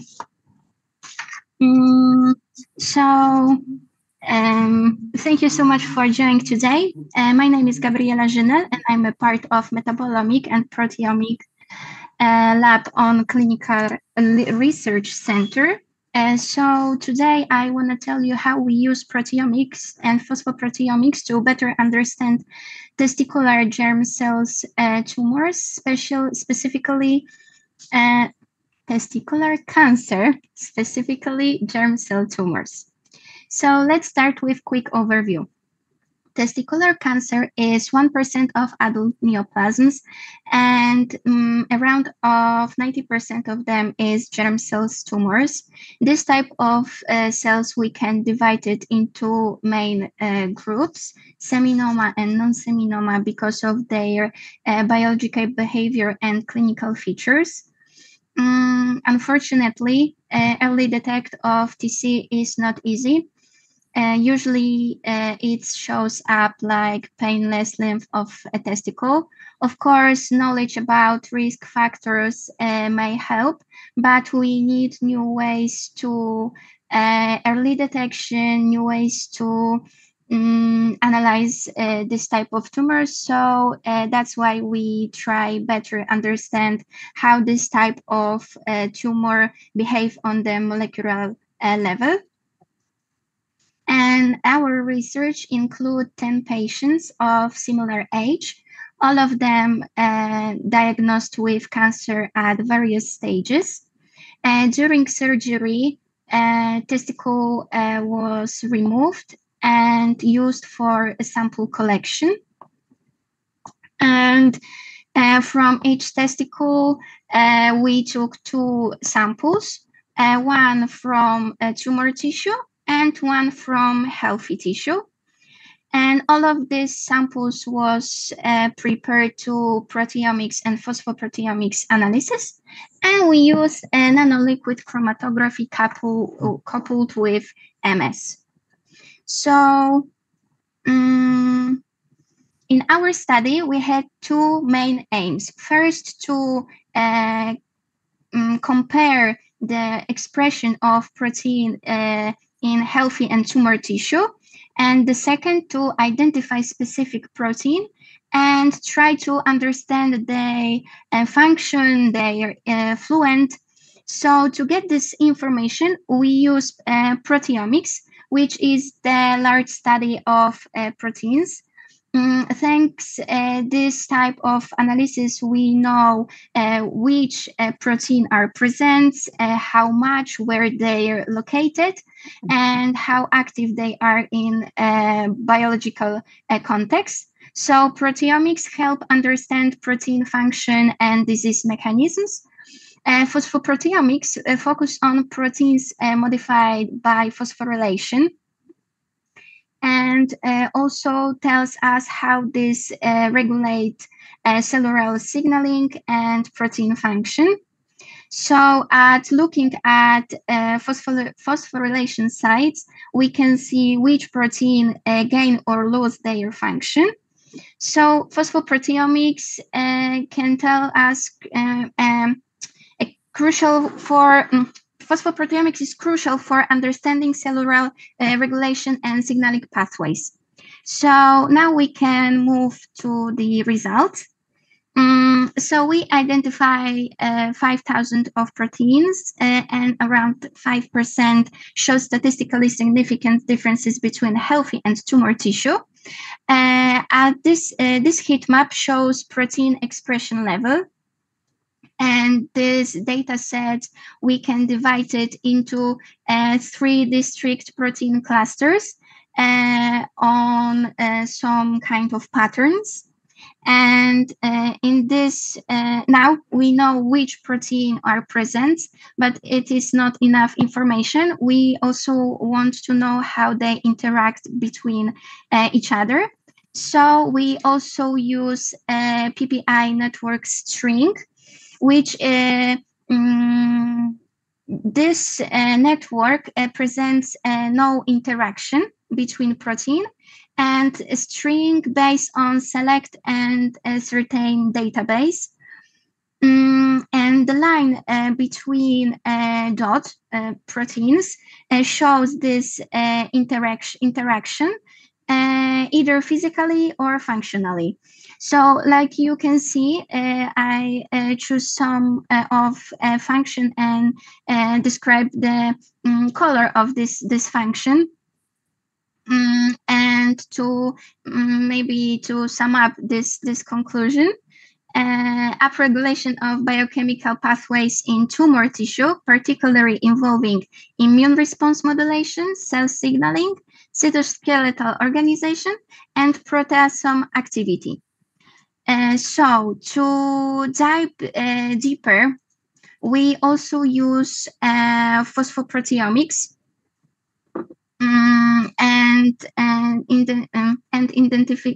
identified almost 2,000 phosphorylate proteins, and around 1% shows statistically significant difference. And in this time, we can divide data set, we can divide into distinct clusters. And most of the highlighted phosphoproteins plays a crucial role in function of immune system. Interestingly, expression of phosphoproteins in tumor tissue suggests reduction in inflammatory response, while also stimulating the MHC system. And this part of analysis, phosphoproteomics results, confirms our previous findings for proteomic analysis. So to sum up, we successfully profiled control and tumor tissue, and by proteomics and phosphoproteomics, our results shows that the immune system and proteasome are important in the development of GCT, and the immune system is active through MHC 1 and 2, and no inflammation is observed in the tumor, particularly the acute phase. And tumor cells have changes in their structure, but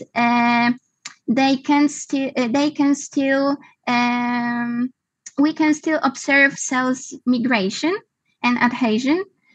And this result suggests the potential for new immunotherapeutic approaches and support the validity of current immunotherapy treatments for cancer. And thank you for your attention. And I want to many thanks for all the people who were involved in this project. And now I'm wait for your question. I have questions for you. You spoke about immunological cure.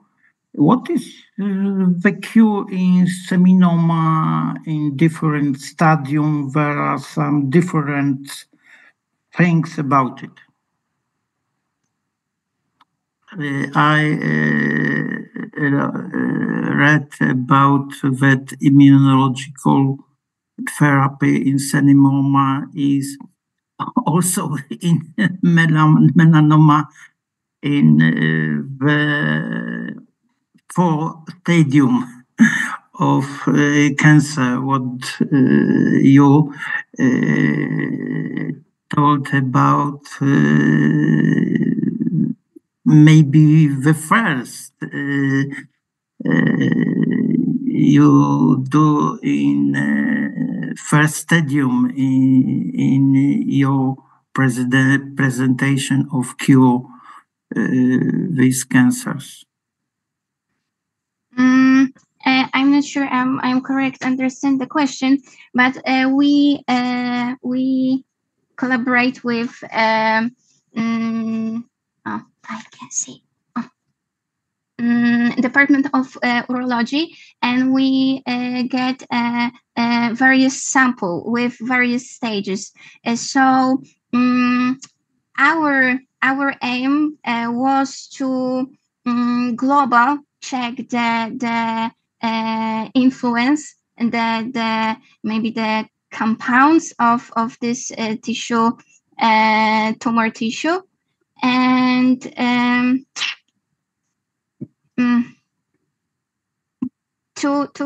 the most important things in this research is to find the easy way to diagnosis to detect testicular cancer even on the first stage, yeah, or even the first stage will be started. Why you cure in the first stage? What is the cure of the first stage? Only surgery? No, surgery or chemotherapy.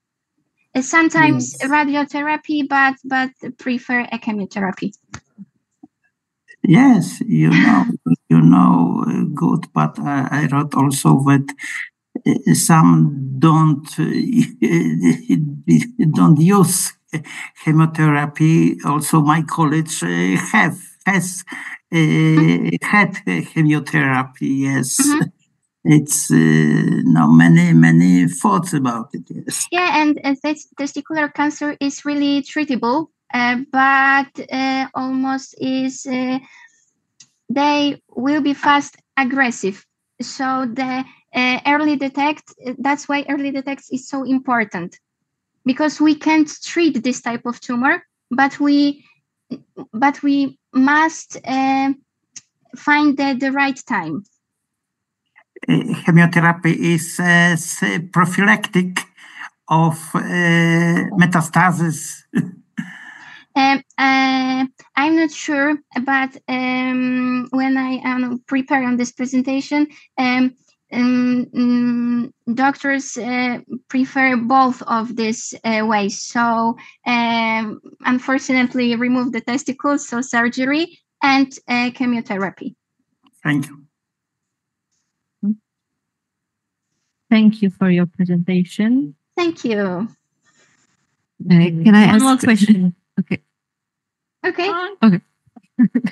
You're back. I That's just great. want to ask for the your control, because you said that it is the healthy tissue, and you said it's not is non-neoplastic testicular tissue.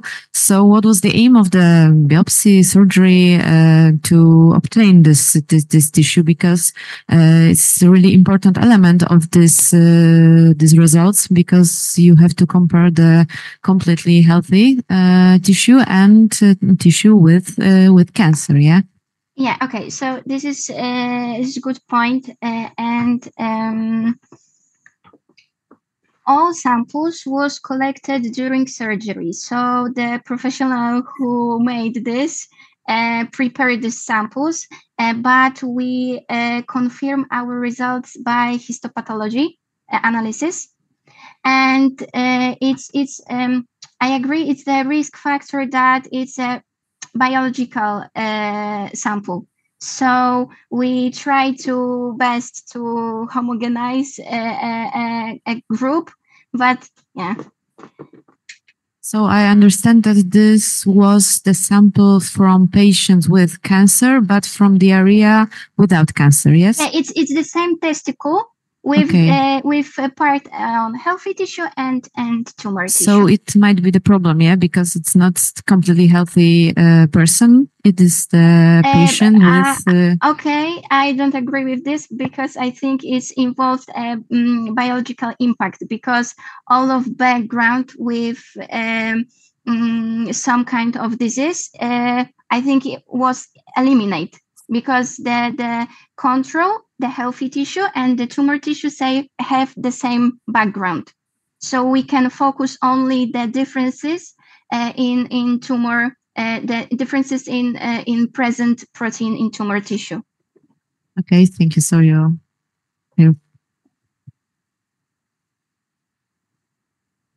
Okay, any questions?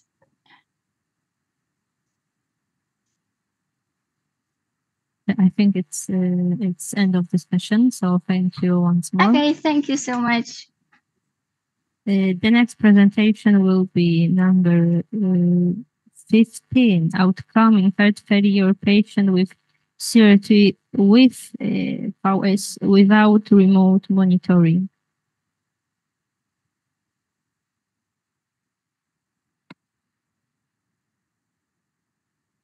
Thank you.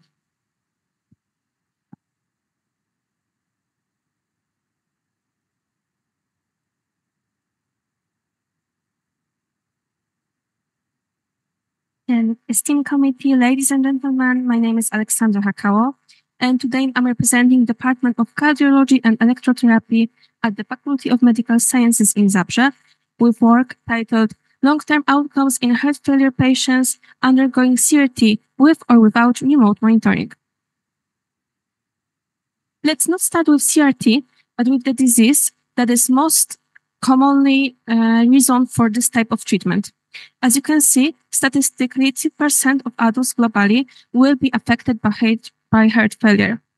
Currently, around 1.2 million Poles suffer from this condition, and unfortunately, 140,000 of them will die each year.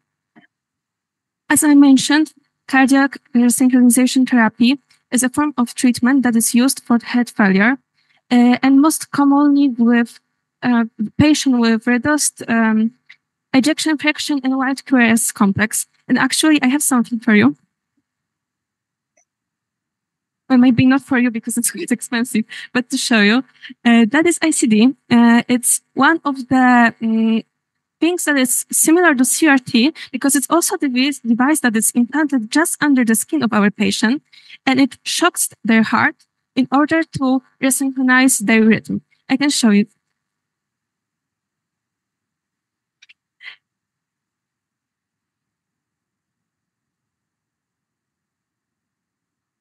And remote monitoring of cardiac devices is used to surveillance both patient and device. It can be used to detect a device malfunction or help reduce clinic visits and even control clinic deterioration of patient. In our study, we tried to assess outcome of patients with heart failure undergoing CRT, whether it depends on remote monitoring or not. We analyzed the data from 1,059 patients who underwent CRT between 2002 and 2019. 949 of them had CRT-D implanted, 110 of them had CRT-P. The median follow-up was 4.5 years. As you can see on this figure, 53.4% of our patients had remote monitoring. There we have baseline characterization of our group. As we can see, age in a group without remote monitoring was higher because we had 67 years. There was no gender disruption between both groups. Around 80% of our patients were male. As for heart failure severity, we can see that patients with remote monitoring were mostly in NYHA class 3, while patients without remote monitoring were in NYHA class 4. And I want to add that NT-proBNP levels were higher in group without remote monitoring, which again indicated worse baseline condition. As you can see, medication at discharge were mostly similar. Most of our patients received beta blocker, ACE inhibitor, and ARB, which was a standard procedure. So any differences in pharmacotherapy were not a reason for different outcomes in our study. Here we have Kaplan-Meier curves for survival of patients with and without remote monitoring. All-cause mortality in CRT patients with remote monitoring was significantly lower than in subjects without telemonitoring. And as you can see, the curves separated early and the gap widens over time, which again indicates better prognosis for life in patients with remote monitoring. Here we have predictions of higher mortality in patients with HF undergoing CRT implantation. It was, we detected that older age, ischemic cardiomyopathy, lower left ventricular ejection fraction in higher creatinine levels, as well as diabetes, were the risk factors, and lack of remote monitoring, with hazard ratio of 0.55. To conclude, I would like to say that mortality rates in CRT recipients with remote monitoring is significantly lower compared to those without remote monitoring. And these results underscore the prognostic value of telemonitoring in optimizing long-term outcomes in the high-risk population. Thank you for your attention.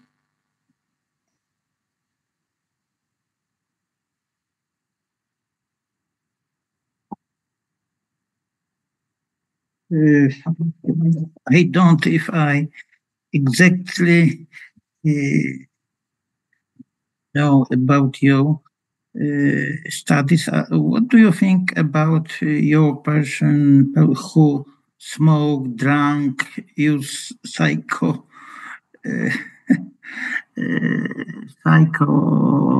stimulation? Do you know about the form of his life to get your form of thinking about your study? Do you mean the population of our study?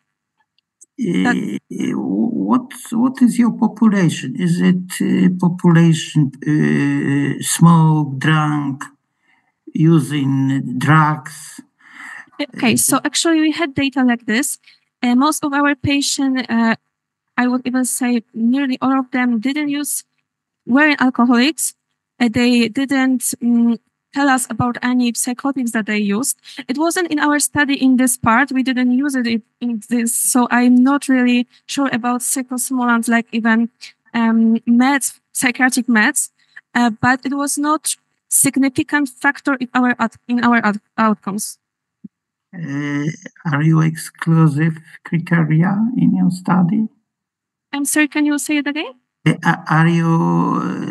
Have you exclusion criteria in your study? Yes. So to study our graph, we had to have patients who had CRT implanted, obviously. And they also have to have it implanted long enough to really check any of the things that we wanted to confirm in our study. So like I said, median follow-up was around 4 years. If patient died earlier, he was included. But if it was after, for example, CRT had to be, we have to reimplant it, he was excluded from our study. My college has had a bypass and is alcoholic and many cigarettes. Yes. And I think that don't go to control examination to cardiologist. Yes, it happens, obviously. We just didn't really... okay, in our study, we just got this database that was created in 2002. So I didn't really know even these patients that were here. We just took our data and we did it. We did a study, and we didn't know them personally. So I seen this implanted, and I seen other patients with remote monitoring. It's actually really interesting, but I don't know any of these people personally. So okay, thank you. Thank you. My question is, what was your contribution to the study? Because obviously it was conducted over almost 20 years in the past. Okay, so first I designed this subject. I analyzed the data, I did some of the statistics, I prepared the results. I also took part in observing remote monitoring in other patients, because obviously I couldn't do it here because I wasn't even in our university by this time. So that was my contribution. Okay, and the second question is, how was the patients randomized in the study? I mean, for example, was there any kind of criteria, for example, to enroll the patient to the group who receives the device with monitoring or without? It's a really great question. So first, in 2002, when this database was produced, there was no remote monitoring in Poland. So obviously, all of the mechanism was just CRT. Just without this. In 2009 or 10, remote monitoring was actually Zabrze was the first place in Poland when it was even installed in patients. So then, patient with better chance of survival received remote monitoring, and also the patient had to agree, which wasn't so easy because this process has many plus, but it's also a lot of patient has to have a transmitter with him all the time. He had to think that if he goes to a different hospital than his, doctors may not have a mechanism to even check his CRT. So it's not really fine for most of them. He had to live close enough to this telemonitoring center, for example, in Zabrze, to be able to come at any time. So later it was if patient wanted it and if he was in age where it was even possible to implant it. Yeah, and here's the point, because you show us that the mortality rate of the patients with the monitoring was significantly lower. However, now you said that it's, the assignments to particular groups were not random. And moreover, the patients with a better prognosis were assigned to the group with better monitoring, which perfectly explains the results. Yes, and also we have a group of patients with better outcomes and worse baseline conditions, which also had remote monitoring installed, and they also had lower mortality rates. So it also was like this, but yes, of course, it was also remote monitoring is really expensive. It's less expensive now, but when it was first installed, it was also for patients who really could use it in their life. So, of course, it maybe change a little of our data. Thank you very much. Thank you so much.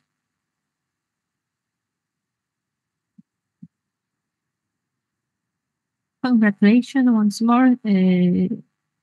We can go now to the next presentation, which is number 16. Oxidative stress in obstructive sleep apnea patient, a prospective study.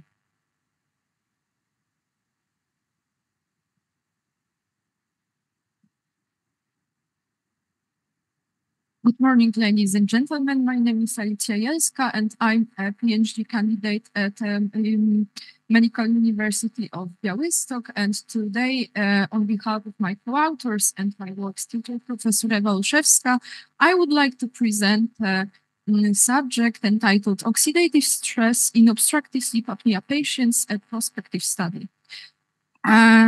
To better understand the topic, first we should know what is obstructive sleep apnea. So it is a sleep disorder characterized by repeated episodes of complete or partial airway obstruction during sleep, which leads to interrupted breathing during sleep, hypoxia, and then hypoxia activates the oxidative stress cascade and inflammation. This flowchart shows the pathophysiology of obstructive sleep apnea. So, as I mentioned before, obstructive sleep apnea leads to intermittent hypoxia and then oxidative stress, which results in ROS elevated production. This leads to activation of NAF-kappa B pathway, which can be seen as a chronic inflammation in a laboratory test by high interleukin levels. Before we delve deeper into the subject, first we have to know what is oxidative stress. So oxidative stress is defined as an imbalance between the oxidants and antioxidants, and to calculate it, we are using a ratio of total oxidative status to total antioxidant capacity. The main aim of our study was to characterize the systemic redox balance in obstructive sleep apnea patients.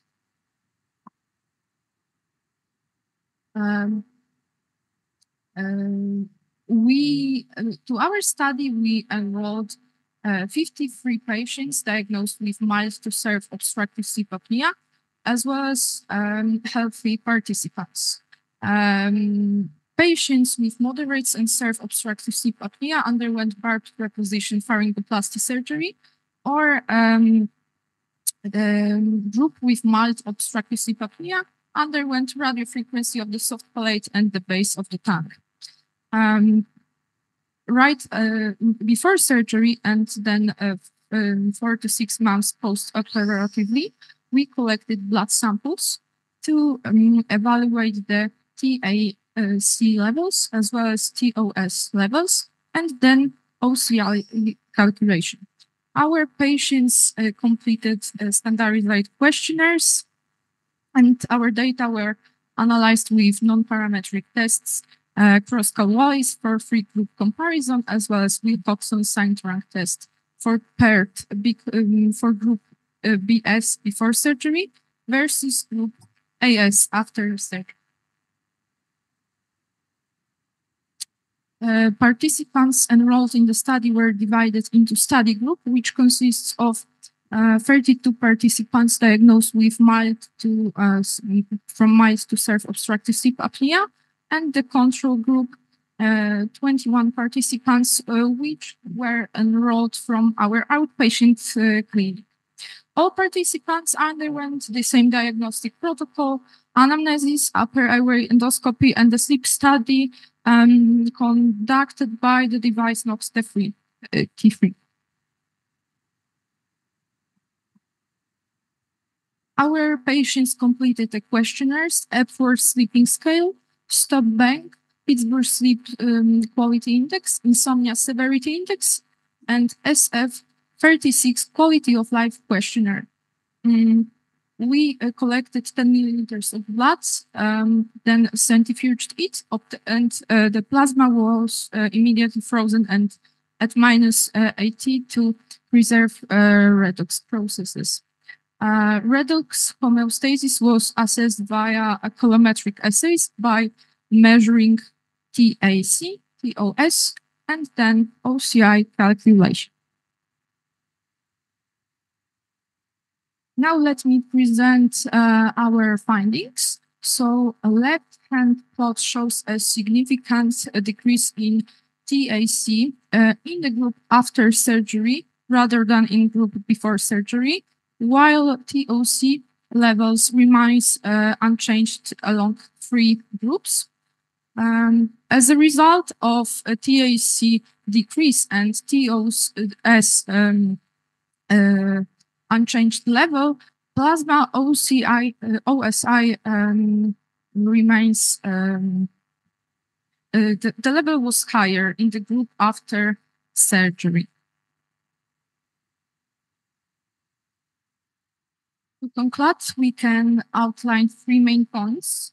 In untreated obstructive sleep apnea, chronic intermittent hypoxia stimulates the defense mechanisms, leading to an elevated antioxidant barrier in the blood, eliminating upper airway obstruction by the surgery, normalizes the plasma antioxidants concentration, and after treatment, the redox balance shifts in favor of the oxidation process. I made a slide to present potential reasons of our conclusions. So post-operative throat inflammation as well as drop in diet can quickly use up circulating antioxidants, which can lead to decrease in TAC level. Because the airway permeability is now improved and the patients were given anti-inflammatory medication, reactive oxygen species are not productive, and TOS remains stable. OCI rises due to these processes. So clinically, this means that right after the surgery, OCI patients may benefit from antioxidants monitoring. Where we should go next? So we should consider OSI as a biomarker in clinical trials. We should remember about a higher redox risk in obstructive sleep apnea patients because they're living in chronic oxidative stress, and then the surgery adds an acute drop in TAC. So future research are demanded to consider that subjects, and we should consider the polyphenol-rich supplementation to shorten the redox imbalance period and maybe reduce pain, swelling, and improve healing complications. And at the end, I want to ask that right now we are conducting another study, which is a randomized and double-blind study about the supplementation of Aronia melanocarpa in obstructive sleep apnea patients. Thank you for your attention, and I'm looking forward for your questions.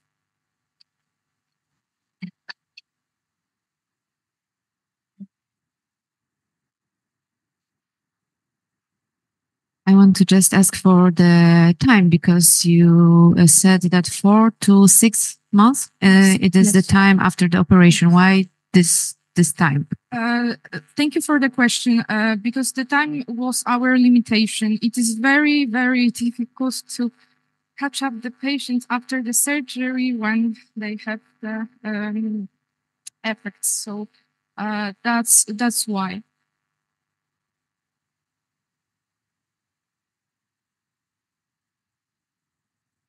And my contribution. I was responsible for recruiting the patients because the group is 53 patients. So it was really hard not to crack for us.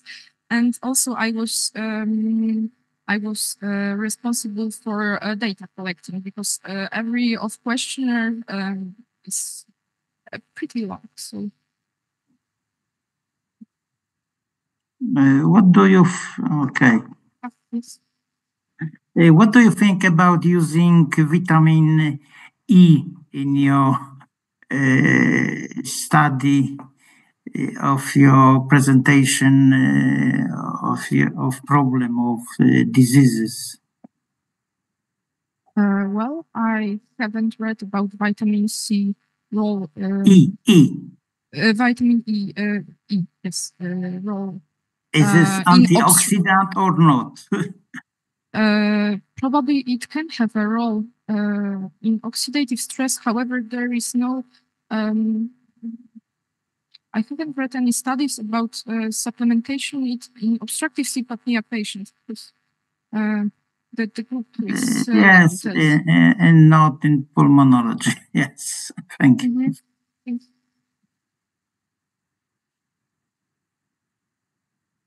Thanks. Thank you very much. The next presentation will be number 17, which is comparison of the efficacy of laparoscopic and robot-assisted cholecystectomy using the versus robotic system.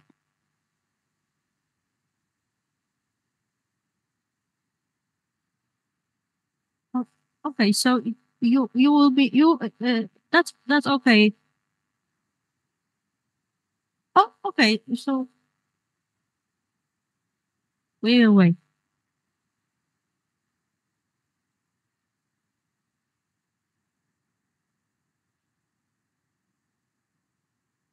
There she is, welcome. So the stage is yours. You can present.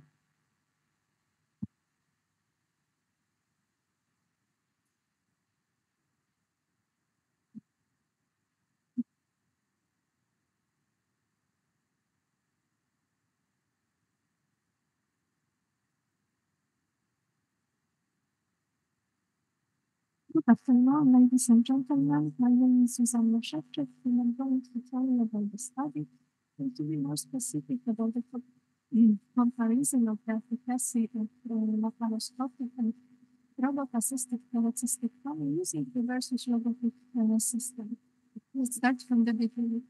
Cholecystectomy is a surgical removal of the gallbladder, which is a common surgical procedure to indications of the gallbladder is a small pear-shaped sac beneath the liver that stores bile, which is created by the liver. This fluid flows from the gallbladder to the small intestine, where it is used for digestion. Indications for cholecystectomy include symptomatic cholelithiasis and complicated gallbladder cholelithiasis.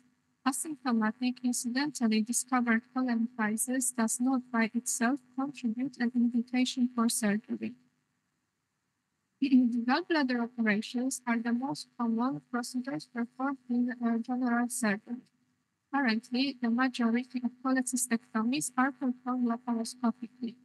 Additionally, two other surgical approaches are distinguished: the open technique and the robot-assisted technique. The first one is usually indicated for cases such as severe inflammation, anatomical anomalies, or when laparoscopic access is contraindicated or unsuccessful. Nevertheless, there is a growing prevalence of this procedure being performed with the use of robotic surgical systems such as Versus or WG due to their technical advantages compared to the conventional laparoscopy. However, it remains unclear whether robot-assisted cholecystectomy provides greater safety than the standard laparoscopic cholecystectomy.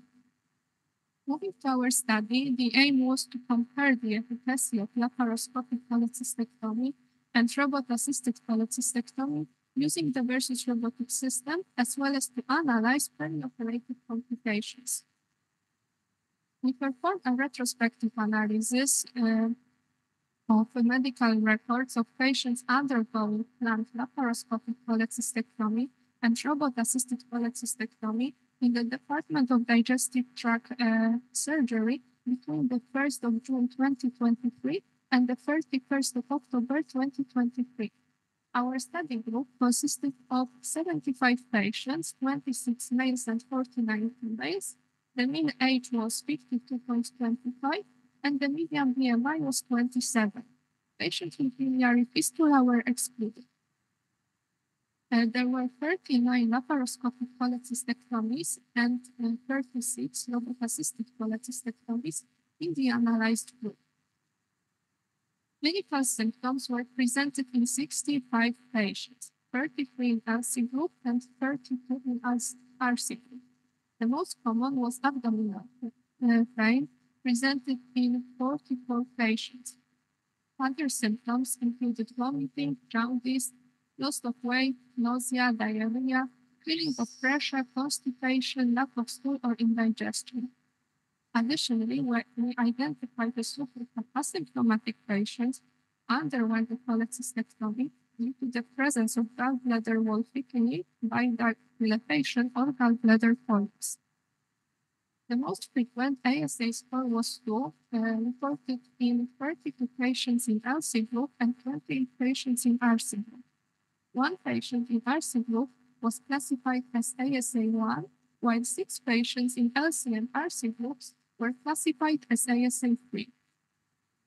The chart presents the duration of surgery in each group with the minimum and maximum times indicated. The mean length of procedure was 80 minutes in LC group and 85 minutes in RC group. Conversion to open surgery was performed in 2 LC cases. Another chart presents the total length of hospitalization in each group, also indicating the minimum and maximum durations. In both groups, the mean hospital stay was 2 days. A subsequent chart demonstrates the post-operative hospital stay, which averaged 1 day in both groups. Intraoperative complications were observed in 15 patients, 11 in RC group and 4 in RC group. The most often was gallbladder perforation, reported in 10 patients, both groups respectively. Other intraoperative complications included intraoperative bleeding and bile. Intraoperative bleeding occurred exclusively during laparoscopic cholecystectomy and was found out to be statistically significant. Post-operative complications were observed in no patient. In hospital mortality, 0%, and reoperations and rehospitalizations were not observed. In conclusion, I want to indicate that robot-assisted cholecystectomy was related to a lower incidence of intraoperative complications than laparoscopic cholecystectomy, demonstrating increased safety profile. Compared to the laparoscopic group, the robotic group had significantly lower rate of intraoperative bleeding and requiring blood transfusion. These are references. Thank you for your attention. If you have any questions, I'll be glad to answer them.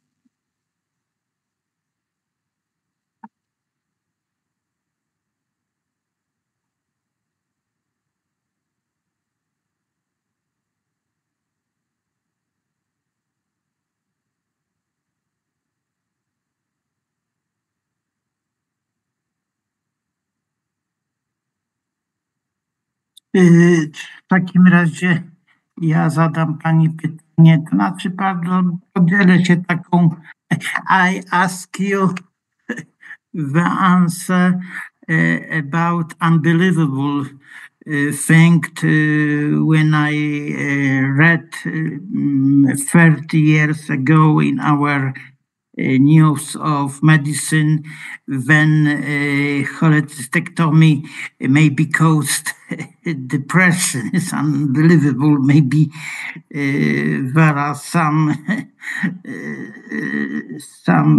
correlation. Maybe is it true? Maybe the methods of operation may be good for well-being of this patient, but I think it is may be examined in another patient after 30 years. So I don't know any studies about it, but from my point of view, I think laparoscopic cholecystectomy can be better for human beings because it is related to a shorter hospital stay and lower intraoperative complications than open surgery. Mm-hmm. Thank you.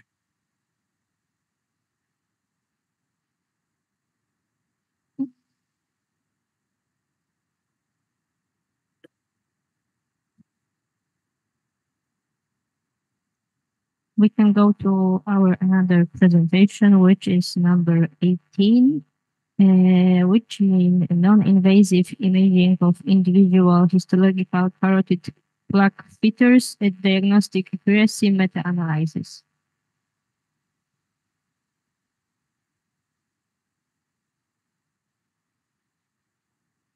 Thank you for your introduction. So my name is David Pakizaj.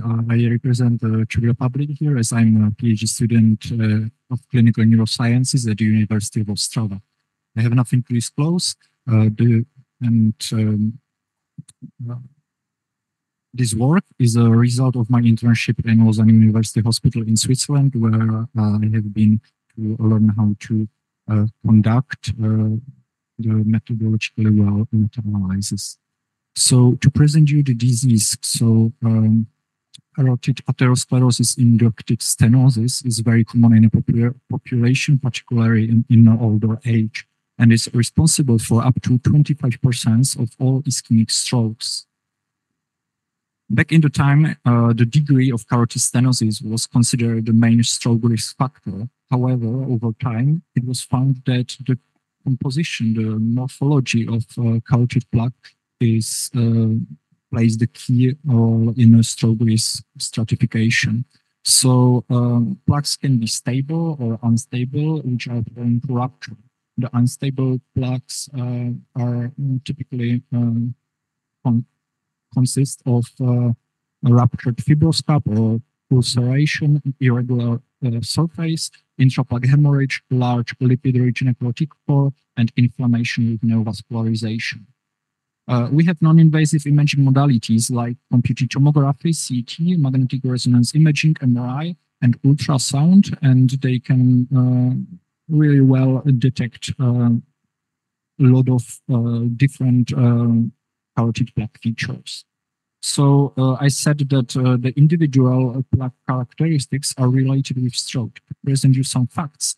So the intraplaque hemorrhage is considered the strongest predictor of stroke in asymptomatic and symptomatic patients, and also in patients with almost no stenosis. Other plaque characteristics at risk are lipid-rich necrotic core, ruptured fibroscap, and plaque ulceration. And on the other hand, the calcification is considered as a protective factor. It's not only about the stroke, but also about the complications during stenting and arterectomy, as you can see. So why we decided to conduct this study? The performance of diagnostic imaging can have a major impact on high-risk patients, and there is no comprehensive study on the diagnostic performance of those modalities. So the aim was to assess the diagnostic accuracy of individual and overall carotid plaque characteristics using CT, MRI, and ultrasound when compared to histology. So at the beginning, we prospectively registered our study, and our reference standard was through the traditional histology after the patients underwent carotid endarterectomy. And the time between non-invasive imaging and the carotid endarterectomy had to be 1 month or less. So we searched for major databases in 3 phases, and we assessed the quality of the studies using the QUADAS-2 tool. Outcomes to estimate the sensitivity and specificity were extracted, and a separate univariate and bivariate random effect meta-analysis were used to present you the results. So at the beginning, looking at the PRISMA flow diagram on the left, you see that we identified over 9,000 studies. From those, 108 studies were included in the systematic review, and after assessing the quality of the studies, 2 of them were excluded, so 107 studies were included.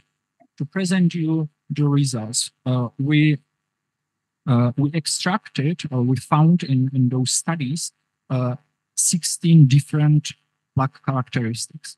You can see that the CT was able to detect the basic ones, and MRI would differentiate the age of the intraplaque hemorrhage, and with ultrasound was able to also detect inflammation and neovascularization. When looking on the overall performance in detecting all of those characteristics together, there was no significant difference between CT and MRI, but both modalities outperformed ultrasound. When looking in 4 major individual carotid plaque characteristics, I would like to start with intraplaque hemorrhage. So you can see that magnetic resonance imaging and computed tomography perform similarly well and better than ultrasound.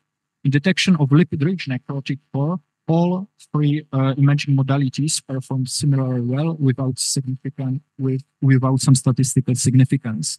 When looking on ulceration, the CT presented the highest accuracy when compared to MRI and ultrasound.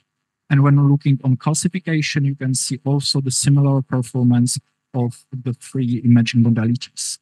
When looking maybe on the other, the rest of the plaque characteristics. So ultrasound performs similarly when detecting the high risk ruptured fibrous cap, and inflammation and neovascularization we identified not so much study to present the reliable data.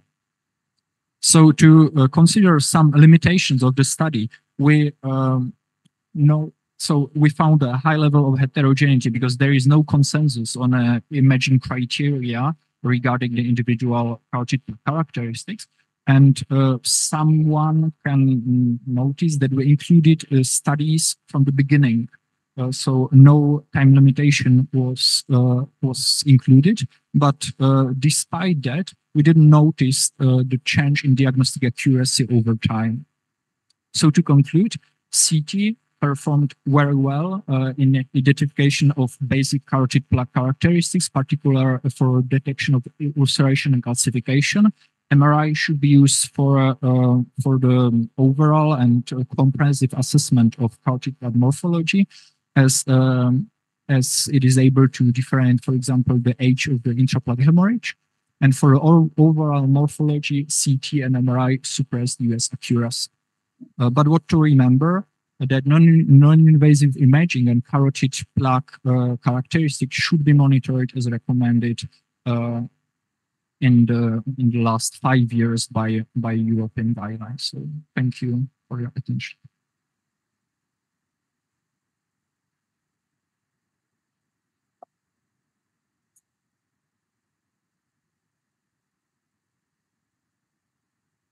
I want to ask for your own contribution. Yes, so as I said at the beginning, this was the main purpose of my internship. So I learned the process from the beginning to the end. I have been involved in all the phases, from the methodological preparation of the protocol before the registration to the final writing of the manuscript, which is before publication in atherosclerosis journal.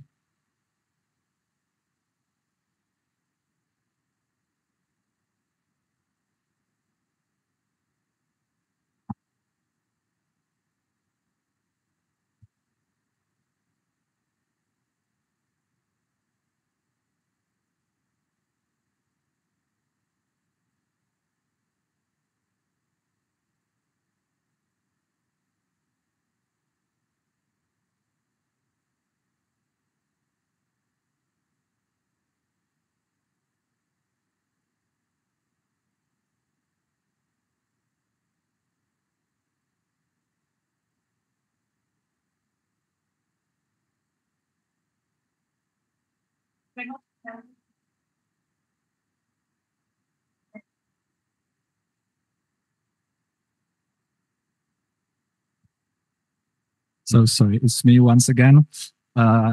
So once again, I'm David Pakizer from Czech Republic, and I would like to present you the first use of mobile strobe unit in Eastern or Middle Europe. So I have nothing to disclose, and non-funding was related to our study. So what is a mobile strobe unit? Mobile strobe unit is a special ambulance equipped with CT, computed tomography, point-of-care diagnostic equipment, and a telemedicine. Why we have the mobile strobe unit? Because it increases survival without consequences, because we are able to give the intravenous thrombolysis, the treatment to stroke patients across approximately 30 minutes earlier compared to standard care. And it has been recently also mentioned in the European Stroke Organization guidelines that the mobile strobe unit should be used not only for patients with stroke, but also with for patients with cerebral hemorrhage and stroke mimics. So here is the map, and you can see the red bullets. Those are the places where the mobile strobe unit is currently operating. So you can see that in Europe, we have only places in Oslo, Norway, United Kingdom, in Berlin, and recently in Paris. So, and CT angiography, for example, in mobile strobe unit has been used only in United States and in Australia. you can see it. So I will put one more point here, because we tested a mobile stroke unit in a Czech Republic, very close to Polish borders. And the aim of our study was to determine the efficacy and feasibility of hybrid mobile stroke unit in advanced pre-hospital workup for patients with acute medical neuroemergencies in a rural and mountainous region of our country. So the plan was to operate a mobile stroke unit for 1 month. But we witnessed a lot of circumstances, so we were able to conduct the study for 19 consecutive days in a 24/7 mode in a winter. Where in Wallachia region is one of the most mountainous region of the Czech Republic. Why? Because it's considered a stroke black hole of the Moravia Silesia region, because there is approximately 1 hour to the closest stroke center where you can receive the treatment. On board was a stroke neurologist, driver, paramedic, and radiographer. And as I said, we tested a hybrid mobile stroke unit. So we were not focused only on stroke, but on acute non-traumatical neuroemergencies. So just to show you where is the Wallachia region. So this is so you can see in the right corner that there is Skoczów, so it's not so far from Katowice. And you can see the orange bullet points. Those are the stroke centers, and the blue bullets. So those are the comprehensive stroke centers with interventional thrombectomy available. We used the rendezvous system. So we were based in Valašské Meziříčí, is on the left up, and 3 other stations of the ambulances were in that region. So if the patient suffers from stroke, for example, close to the Karolinka, so the local emergency service did the first treatment, and then to deliver, we met at the half of the distance.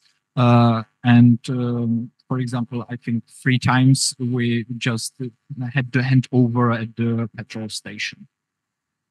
So you can see the inclusion and exclusion criteria, and on the board we examined the patient by CT when the ambulance was parked, and we just did also some exploratory extracranial ultrasound examinations in selected stable patients if the transport time was more than 30 minutes. And we investigated the feasibility and efficacy. So during the 19 days, we had 54 dispatches, and we did 36 native brain CT scans.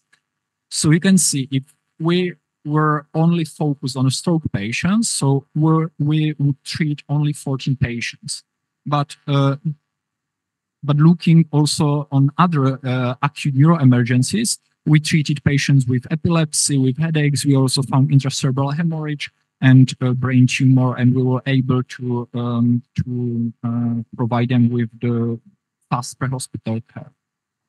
Here you can see some times of the treatment in one column for ischemic stroke patients, and for other column for the other patients. You can see only the really big difference between the time from the radiologist report. So it was for us the time for treatment to hospital handover. It was, as I said at the beginning, because the closest stroke center was approximately 1 hour from the base. So we treated 6 patients with intravenous thrombolysis, and 1 patient was transported for mechanical thrombectomy to comprehensive stroke center by air ambulance. And additionally, we found 3 contraindications of the thrombolysis. On a picture number B, you can see the intracerebral hemorrhage. On the picture number C, you can see the CT angiography and the occlusion of the middle cerebral artery. And we examined 6 stable patients with extracranial carotid ultrasound, and we didn't find any hemodynamically significant stenosis.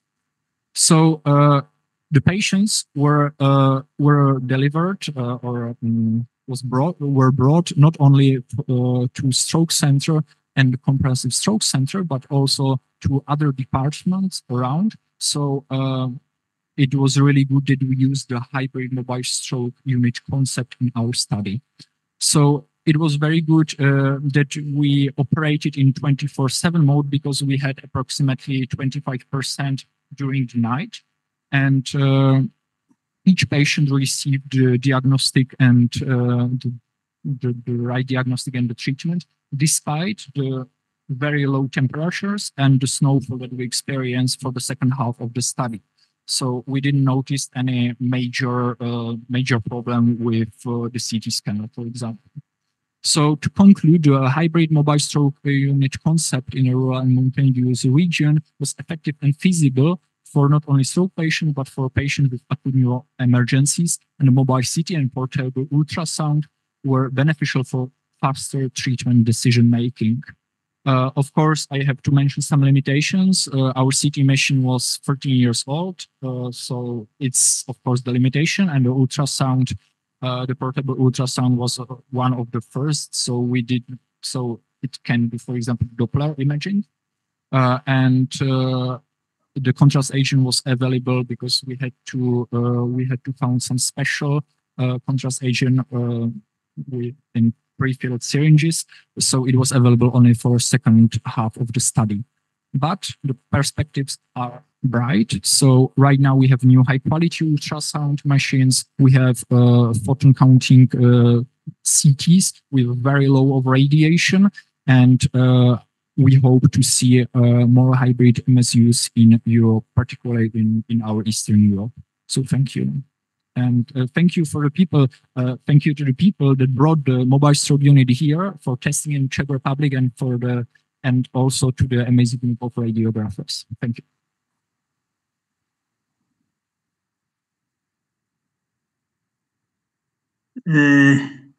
I'm interested also in sociology. You saw us a very curious map with punks of mobile, yes. I saw that in New Jersey is many these points. Of course, in New York are 50,000 of millionaires, yes.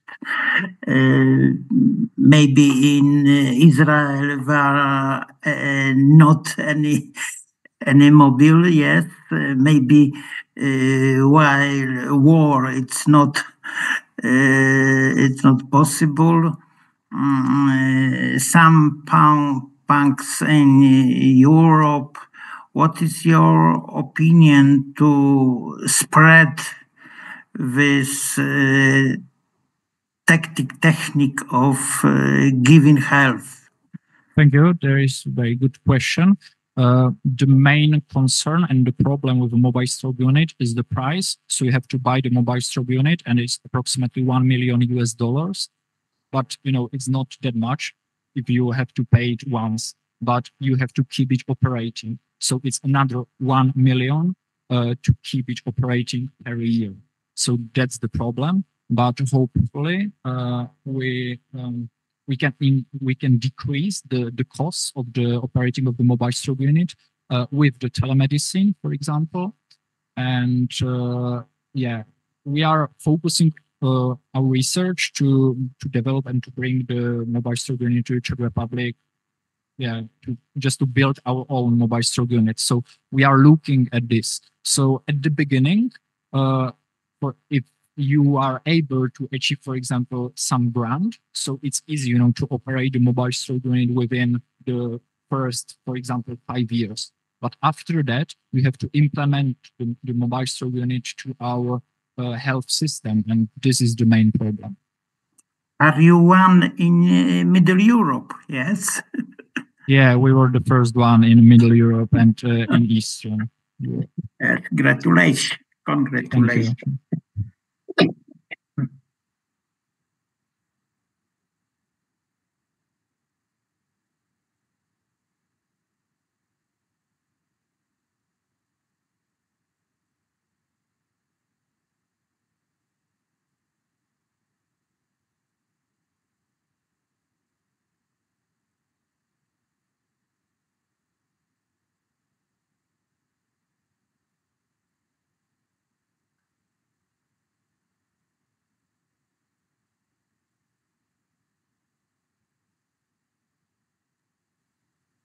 Okay, so hello again. During this performance, I am representing a department of psychiatry in Tarnowskie Góry. And I would like to share with you results of our work entitled Health Behaviors Among Patients who was diagnosed with schizophrenia.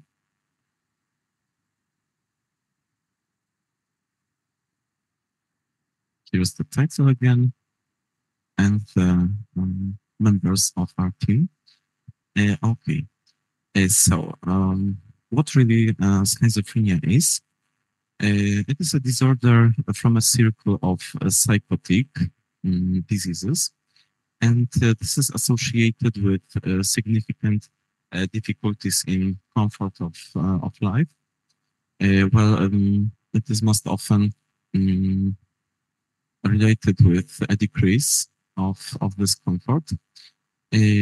Also, when we talk about schizophrenia, there are some positive symptoms which accompanies this illness, such as delusions, hallucinates, or some another symptoms like the lack of the sober evaluation of the own personality by the patient, and which is more a lack of sober assessment of the surrounding of the patient, and it is quite important. Also, this disease can really make some disorders in functioning in the scope of professional work and job, influencing health behaviors. In this study, we have analyzed the above aspects based on standardized scales of the assessment, also taking into account life satisfaction and the intensity of anxiety and depression symptoms and the group of people diagnosed with schizophrenia. And the aims of our study was to assess some health-promoting behaviors among patients who suffer from schizophrenia, and also to determine their relationship with the level of acceptance of the disease, life satisfaction, or the intensity of anxiety and depression symptoms. And as materials and methods to perform our survey, we used some questionnaires. Each of them were collected by our patients. So 70 patients who were treated in the clinic of psychiatry in Tarnowskie Góry were included in a study, and these members were examined with the questionnaires such as satisfaction with life scale, hospital anxiety and depression scale, which is divided into two subscales, the acceptance of illness scale, which also here questions are rated from 0 to 4, health behavior inventory, and author's demographic data questionnaire to evaluate some another data of these patients. And we used some statistical procedures such as Mann-Whitney U-test and Spearman's rank correlation coefficient. And our study was approved by the ethical review boards of Silesia, of Medical University of Silesia. And here is a number of this permission. Let me tell you something more about the hallmarks of our study group. The membership of female is about 45%, and the percentage of men is about 43 members. They were divided into some criteria, such as marital status, living together with someone, and a degree of education. And as you can see, among all single or divorced members were 34. Amount of patients in a formal or informal partnership oscillating in about 35.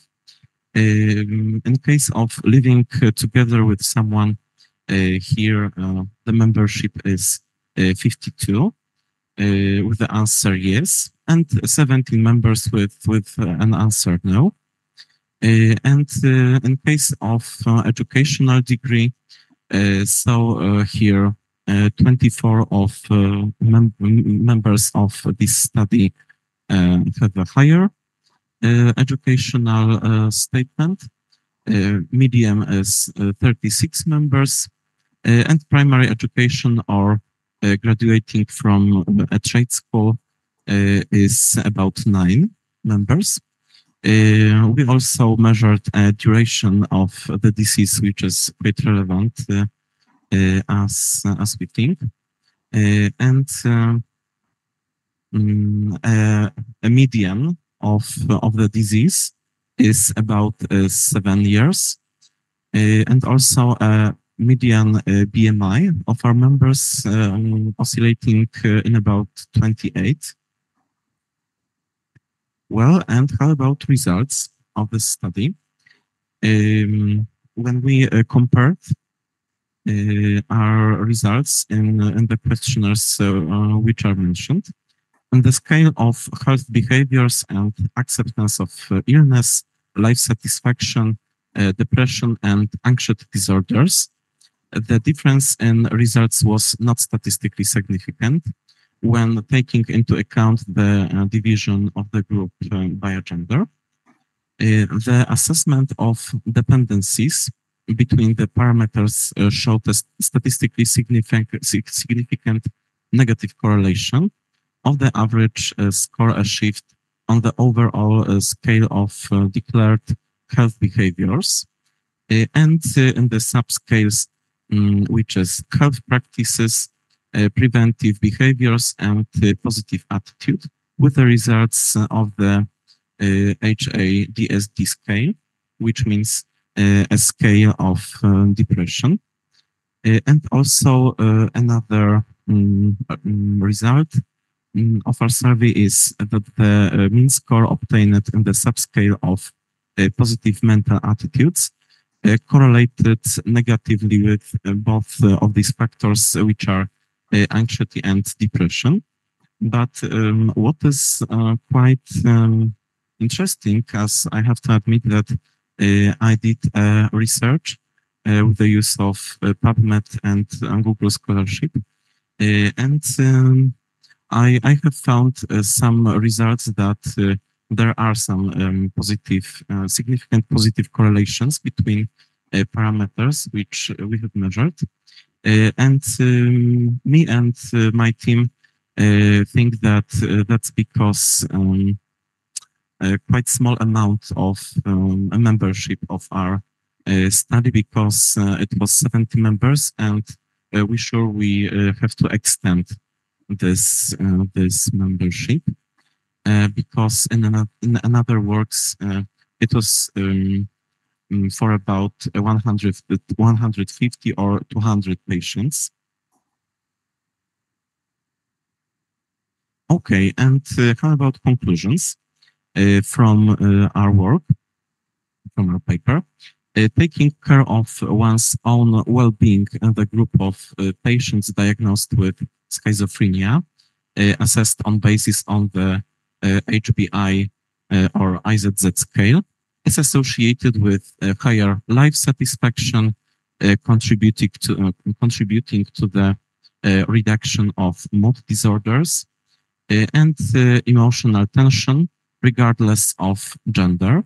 It seems pretty essential to plan further studies that would allow for the verification of the conclusions drawn and on our work. Maybe some another results will confirm or no. Okay, so thank you so much for the attention. And please don't hesitate to ask me some questions. I tak, to może ja zacznę. Najpierw pochwała. Użył Pan psychologicznego, literackiego określenia właśnie dla jakości życia słowo illness, prawda? Bo medyczne, czyli schizofrenia jako biologiczna choroba byłaby disease albo sickness, yes? Please imagine one patient who took psychiatrical rehabilitation, yes, from her first function to the last function in a few sentences. Each patient is different, yes? Yeah. Go on. Yes, but could you homeless, make an essential from your question? You imagine one patient who homeless or must be helped by another people which are near him, and he goes to the center to help them by rehabilitation. And what is your way from get to this psychiatric open therapy? Well, psychiatric open therapy. You have 30 patients, and you take in bus and visited curious city, but you may one patient who cannot have not possibilities to taking care about him. Yes. Mm-hmm. It will be individual work with him. Well, I think one of the best ways in rehabilitation of a patient, as you described him or her, is to, for example, to let him back to the life which we can lead, for example, by take him a training flat, for example, and to perform a psychotherapy of this patient. If this patient doesn't present some positive symptoms at the moment, so maybe we don't have to extend the therapy by medications. Cooking, maybe psychotherapy. Barber, cooking, pain, dressing. He don't know about it, don't use about it. Well, I think one of the best ways, best solutions for such a patient is maybe a job, for example, of hairdresser, because of a contact with society, and this is one of not the best take factors. him on Real Madrid with Barcelona, yes. Only cooking, go into the city, etc., etc. It's for specialization, not for Mr. Professor, students. yeah, this environment, for example, Real Madrid and Barcelona is quite too many factors for this patient, I think. Yes, it's good. It's good. It's good. Individual rehabilitation and group rehabilitation. Yes. Yes. Okay. Thank you. Yes, that's right. Thank you so much for your question.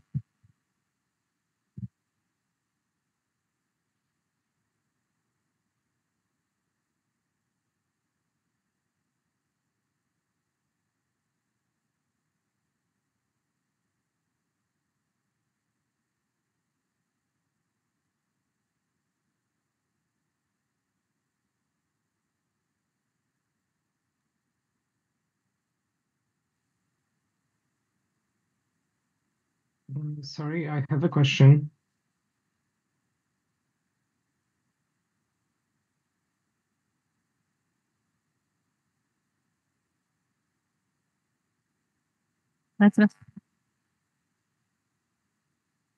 So I would like to thank you very much for participation in this session. First of all, I want to congratulate to everyone because the level and quality of today's presentations and research was really amazing. So I think that for JAP and for people who will count, our votes, it will be really a hard task to find the person who is really the best. Because for me, in my personal opinion, and I'm totally honest with that, all of you performed really, really good. I have my personal, of course, preferences. However, yeah, it was great. And the second thing which was great is that you are young persons. You are on the beginning of your medical career, scientific career. And I'm always really amazed how you are able to connect medicine, research, personal life, work, and everything together and achieve, such an amazing success. So once again, congratulations. And I think that the rest of the jury will join to the congratulations to all of you. Thank you very much. Sorry, guys, because you skipped my presentation. Mine as well. Yeah, there are two people left out. I read all of the titles and I ask like a few times about any authors, so I'm so sorry. But you didn't read because I was before the pre-hospital hybrid mobile stroke unit, and you didn't read my title, or you didn't read it to the microphone because I didn't heard it because I was before the David with the pre-hospital hybrid mobile stroke, and I didn't heard that you're reading something, and I was sitting here all the time. And you cannot say any words because no. Tell us number, please. I am with bariatric surgery. Is it a good choice of treatment for young people with obesity? It's probably. Okay, we read it twice, and this is the presentation, I think, which was on surgical session. Am I right? No, it's it's in session of clinical medicine. It's also in the abstract. Okay, so I read it twice. I would kindly ask commission jury if they agree to consider your if you can tell. Okay, so Excuse Professor me Francis. as well, because I wasn't read yet, and I stay here from 40.5, so I was there all the time. My presentation was about non-steroidal anti-inflammatory drugs. Which number, please? Sorry, but I didn't get the number. You can see. I don't know which number I have. You can see the title on the monitor, and could you tell me which number is it? Where do you mean?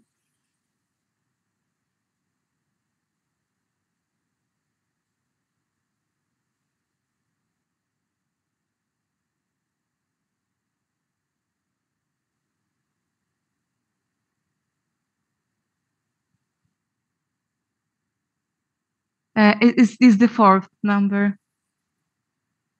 We read it twice.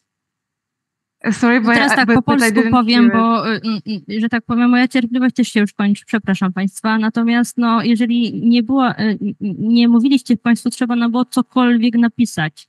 Cokolwiek, że jesteście. Napisaliśmy 17:20, ja napisałem, że jestem przed panem Dawidem i nikt nie odczytał. Na czacie tutaj. Na Komisja się zgadza, więc zaczynamy. Okej, przepraszam za zamieszanie.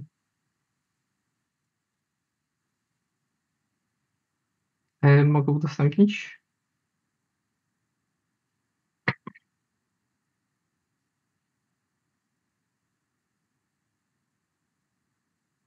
Hello everyone, do you see my presentation? Okay, good afternoon, everyone. Today I would like to discuss if bariatric surgery is a good choice of treatment of obesity in young people. Here's a table of contents of my presentation. So we move on to introduction. Firstly, we should ask ourselves a question: what is obesity? Obesity is defined as abnormal or excessive accumulation of adipose tissue. It is a result of imbalance between energy intake and energy expenditure. World Health Organization defines obesity in adults as BMI equal 30 kilos per square meter or higher, but for children and adolescents there is a different definition of obesity: 2 or more standard deviation above the World Health Organization growth reference median. Here we have diagrams for both sexes with World Health Organization growth reference. In 2022, 890 million adults were living with obesity. It's a huge number, stating for about 11% of global population. Obesity is a global epidemic. Data show that obesity is a global problem. According to World Health Organization, 1 in 8 people in the world were living with obesity, including 160 million children and adolescents. What risks are associated with obesity? Development of several comorbidities such as metabolic syndrome, which includes hypertension, insulin resistance, type 2 diabetes, dyslipidemia, cardiovascular disease, metabolic dysfunction associated fatty liver disease, and others. The aim of the study. The purpose of the study was to analyze efficacy of bariatric surgery in young people in terms of weight loss, remission of comorbidities, and evaluation of perioperative complications. Our methodology was for the purpose of collating data. We designed a survey that includes obesity questions, the operation and its effect measured by weight loss and remission of comorbidities. The study was received acceptance of Bioethics Committee of Warsaw Military Institute. Data was collected from 18 and 20 years old youth group. The results. The first diagram shows that complication rate is 5.7% with 1 case of post-operative reflux disease and 1 case of revision procedure due to bleeding. The second diagram shows types of bariatric procedure performed. The majority of patients had sleeve gastrectomy, with 3 cases of Roux en I gastric bypass and 1 case with 2 consequent procedures, sleeve gastrectomy and consequent Roux en I gastric bypass due to postoperative reflux disease. Patients included in the study were recommended to lose 10% of their body weight in purpose to reduce the complication rate and prepare them to lifestyle changes after the surgery. It was achieved by the majority of them. The effect on glycemic value. The analysis shows that from 20 patients who had abnormal glycemic values before surgery, 16 of them experienced resolution after surgery, while 1 did not. 3 of them didn't answer.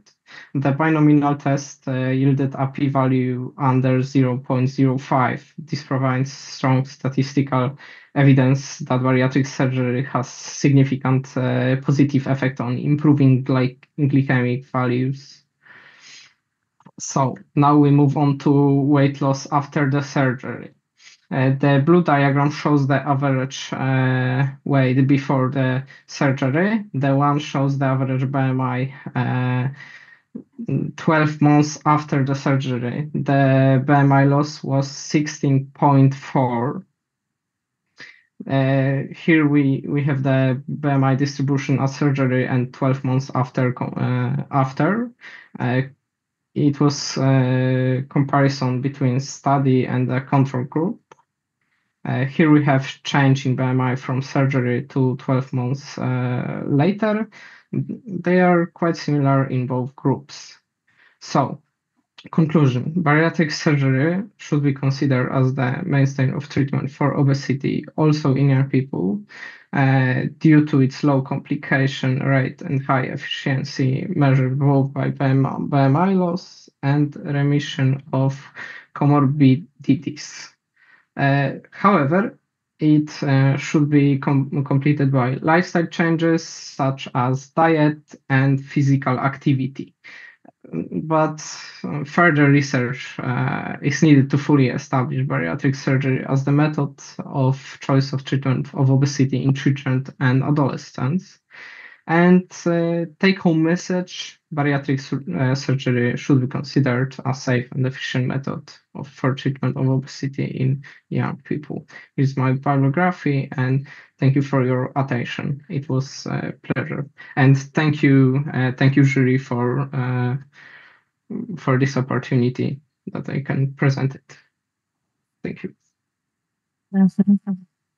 Thank you for your presentation. Is there any question? I have two short questions. Fine. I have in my mind one case study. One nurse was bariatric surgery, which in long time was no effective, and she died on COVID. And I'd like to ask you, do you know the first professor who did bariatric surgery in Poland? I didn't read about the history in Poland of the bariatric surgery.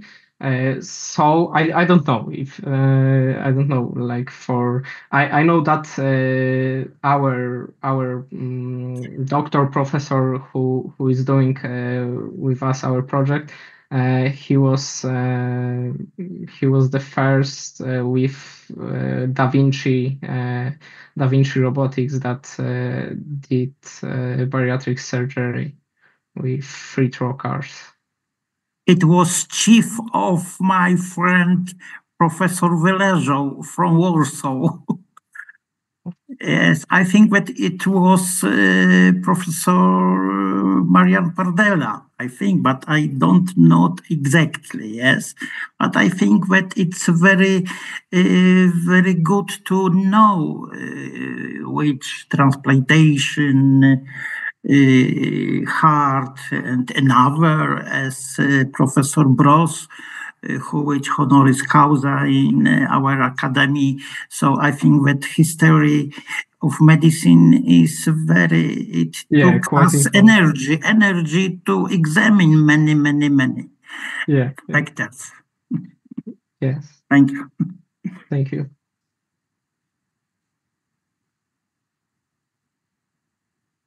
Another question. What do you think?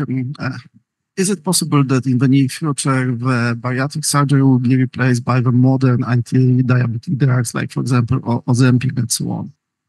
Yeah, I think maybe in like most of cases, it's probably would be replaced. But for our study, the patients have they were on the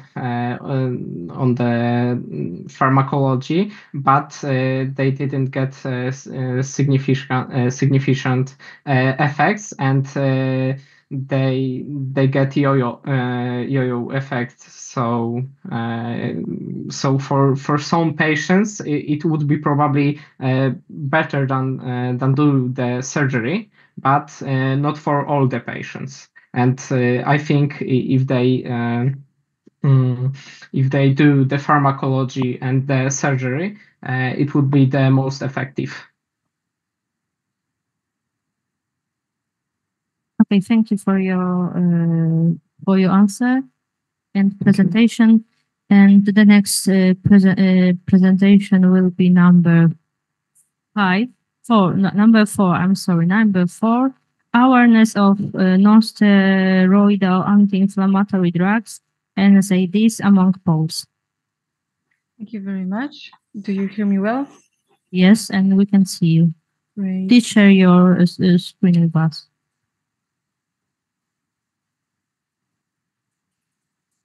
Are you able to see anything?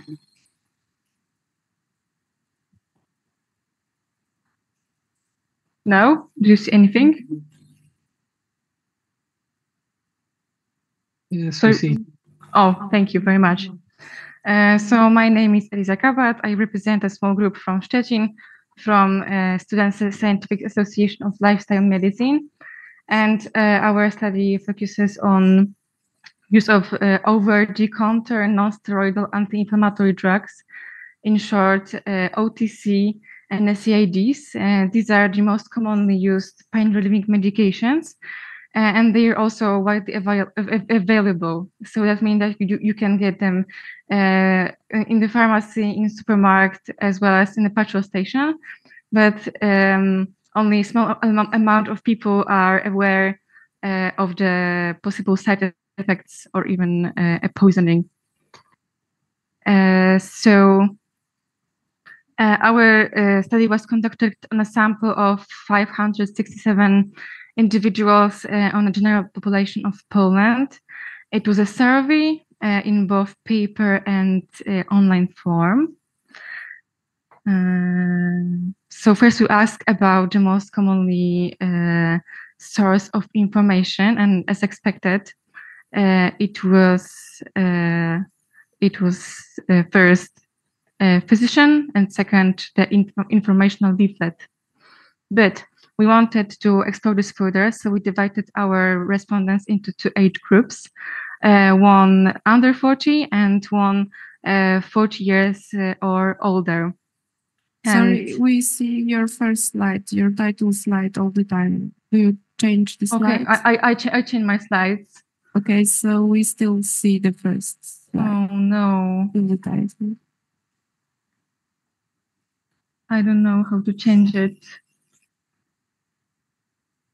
So maybe we will upload the presentation and you will tell me when to switch the slides, okay? All right. Okay, so wait a minute.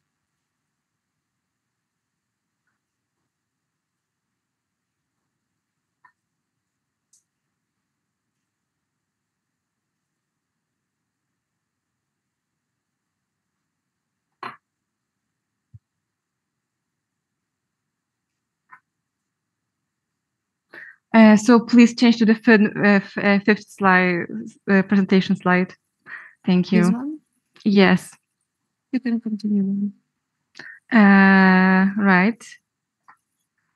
So 2/3 of the first group, so the primary source of information was internet, as only the 1/3 of the second group. And the chi-square test confirms a statistically significant difference between those age groups regarding the primary source of information. And this reflects a clear generation preference. Next slide, please.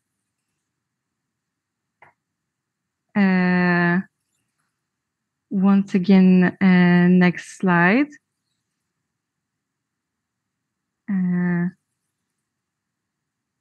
And next slide. So we Next, we asked about awareness of potential side effects, either if people are actually aware of any of those. And as you see, about 60% are aware. But there was no statistically significant difference based on education level. And that suggests that the educational campaigns should target all of the groups, regardless of education or profession. Next slide, please. And a similar situation, please, the slide before. A similar situation when it comes to taking more simultaneous non-steroid anti-inflammatory drugs. So there is no statistically significant difference among different educational levels. And please, next slide. Yes. So this graphic shows the specific side effects of many non-steroid anti-inflammatory drugs. When people asked whether NSAIDs could cause diarrhea, the half of respondents answered probably not or not sure. Similar situation about liver damage. About 70% were aware that it could cause liver damage.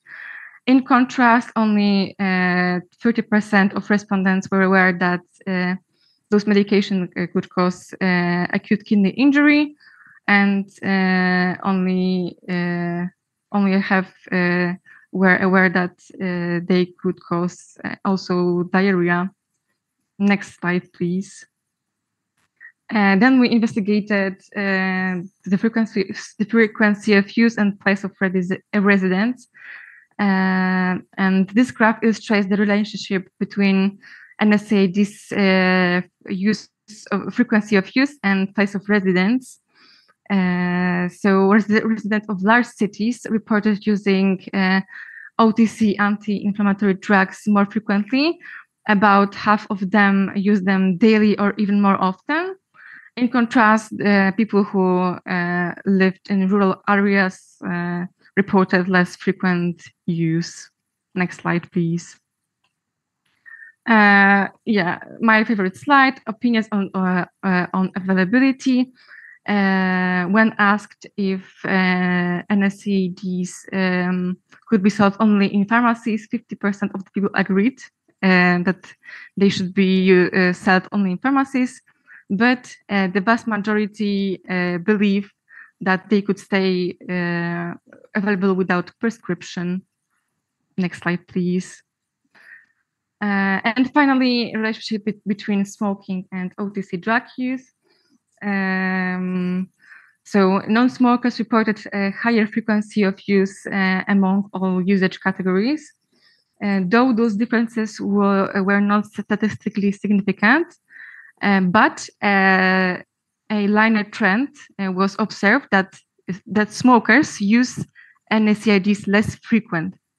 And what is interesting about it, 100% of people who used NSAIDs every day or even more often were non-smokers.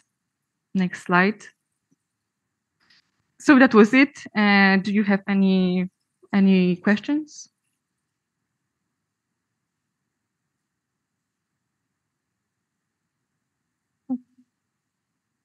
Any question?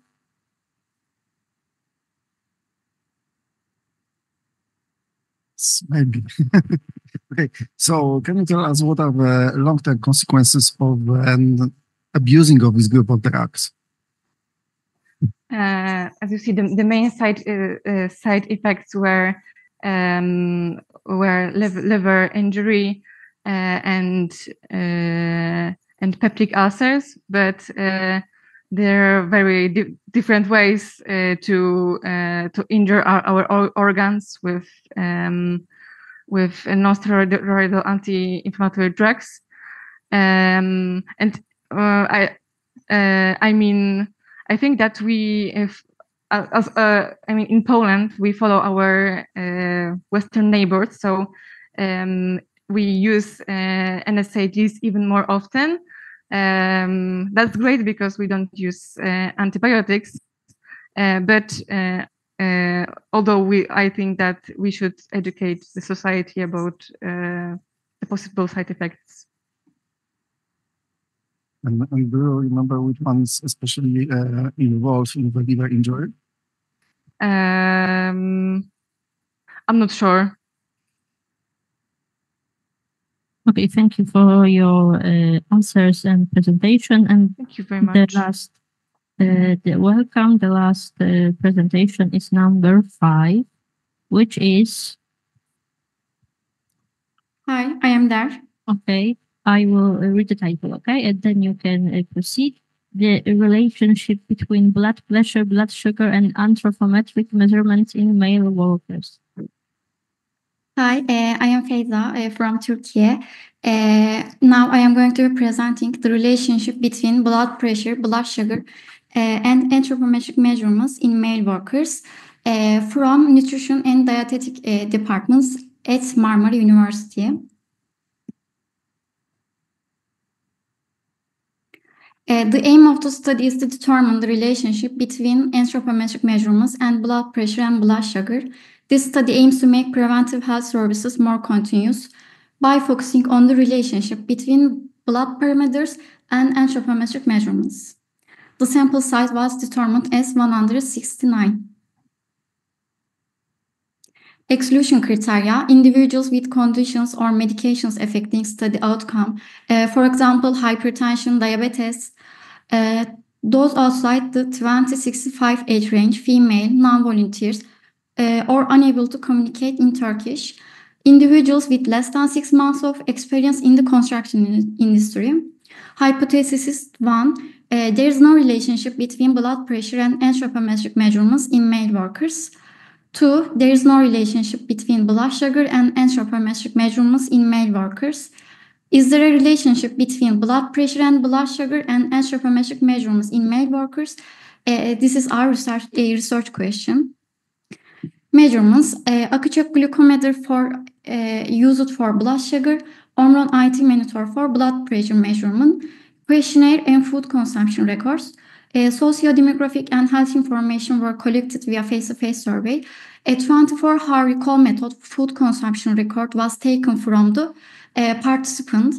The energy and nutrition taken in daily diet were analyzed using the computer-assisted nutrition program, nutrition information systems package program developed for Turkey.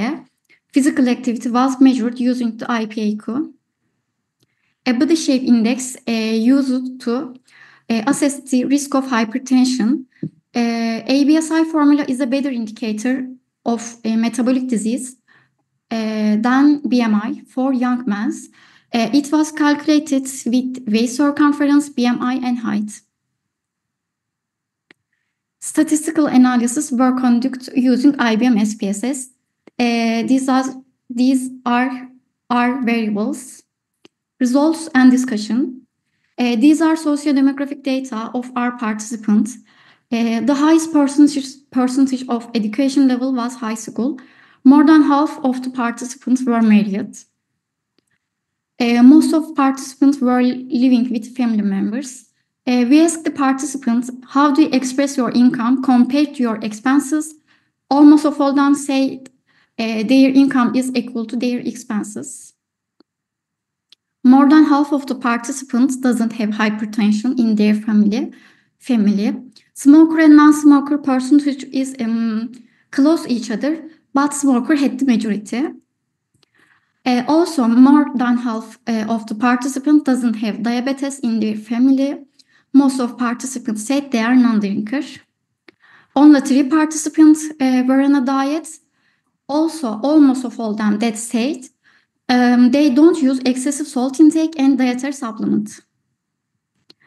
Height and diastolic blood pressure, heart rate and BMI, also heart rate and hip circumference were found significant.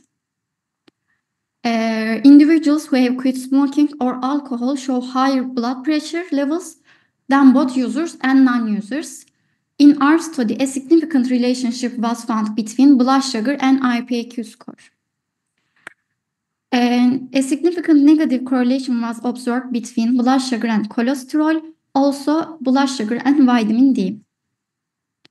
A significant positive correlation was observed between potassium and diastolic blood pressure. Also, and a significant negative correlation was found between potassium and heart rate. Fiber intake was positively associated with both diastolic and systolic blood pressure. A study in the literature has shown that blood pressure is related to saturated fat, potassium, sodium, and fiber. Also, a study has shown that blood sugar may be related to carbohydrates, protein, fat, fiber, cholesterol, zinc, magnesium, vitamin D, and E. Very active nature of all participants may have influenced the observed outcomes. It is among our recommendations to further develop academic research on male workers. Conducting studies with larger sample size could yield more meaningful and comprehensive results. It is expected that our study will contribute to the scientific literature as well as to occupational health and safety management systems and policies. Thank you for your time and attention. Thank you for your interesting presentation. Is there any question from jury? I have a question. Did you examine the differences between small cities and big ones? If not, what is your hypothesis?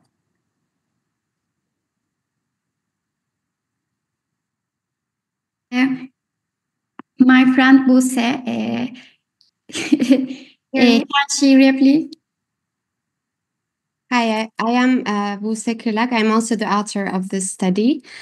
We only use participants from Istanbul. It's a big city, Istanbul. Yes. We don't use any other cities than that. I was 3 times, and 3 times I'm get gas and another part of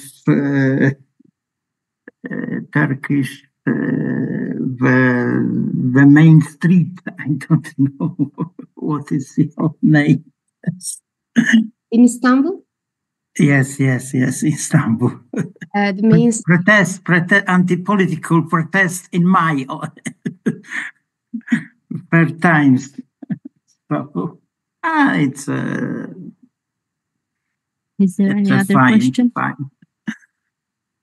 Okay. So thank you very much for your presentation and greetings from Poland to you. And we can close the session and go to Polish. Jeszcze raz dziękuję komisji za pozostanie dłużej na sali, za waszą cierpliwość, wytrwałość i życzę udanego wieczoru. Dziękuję. Dziękuję.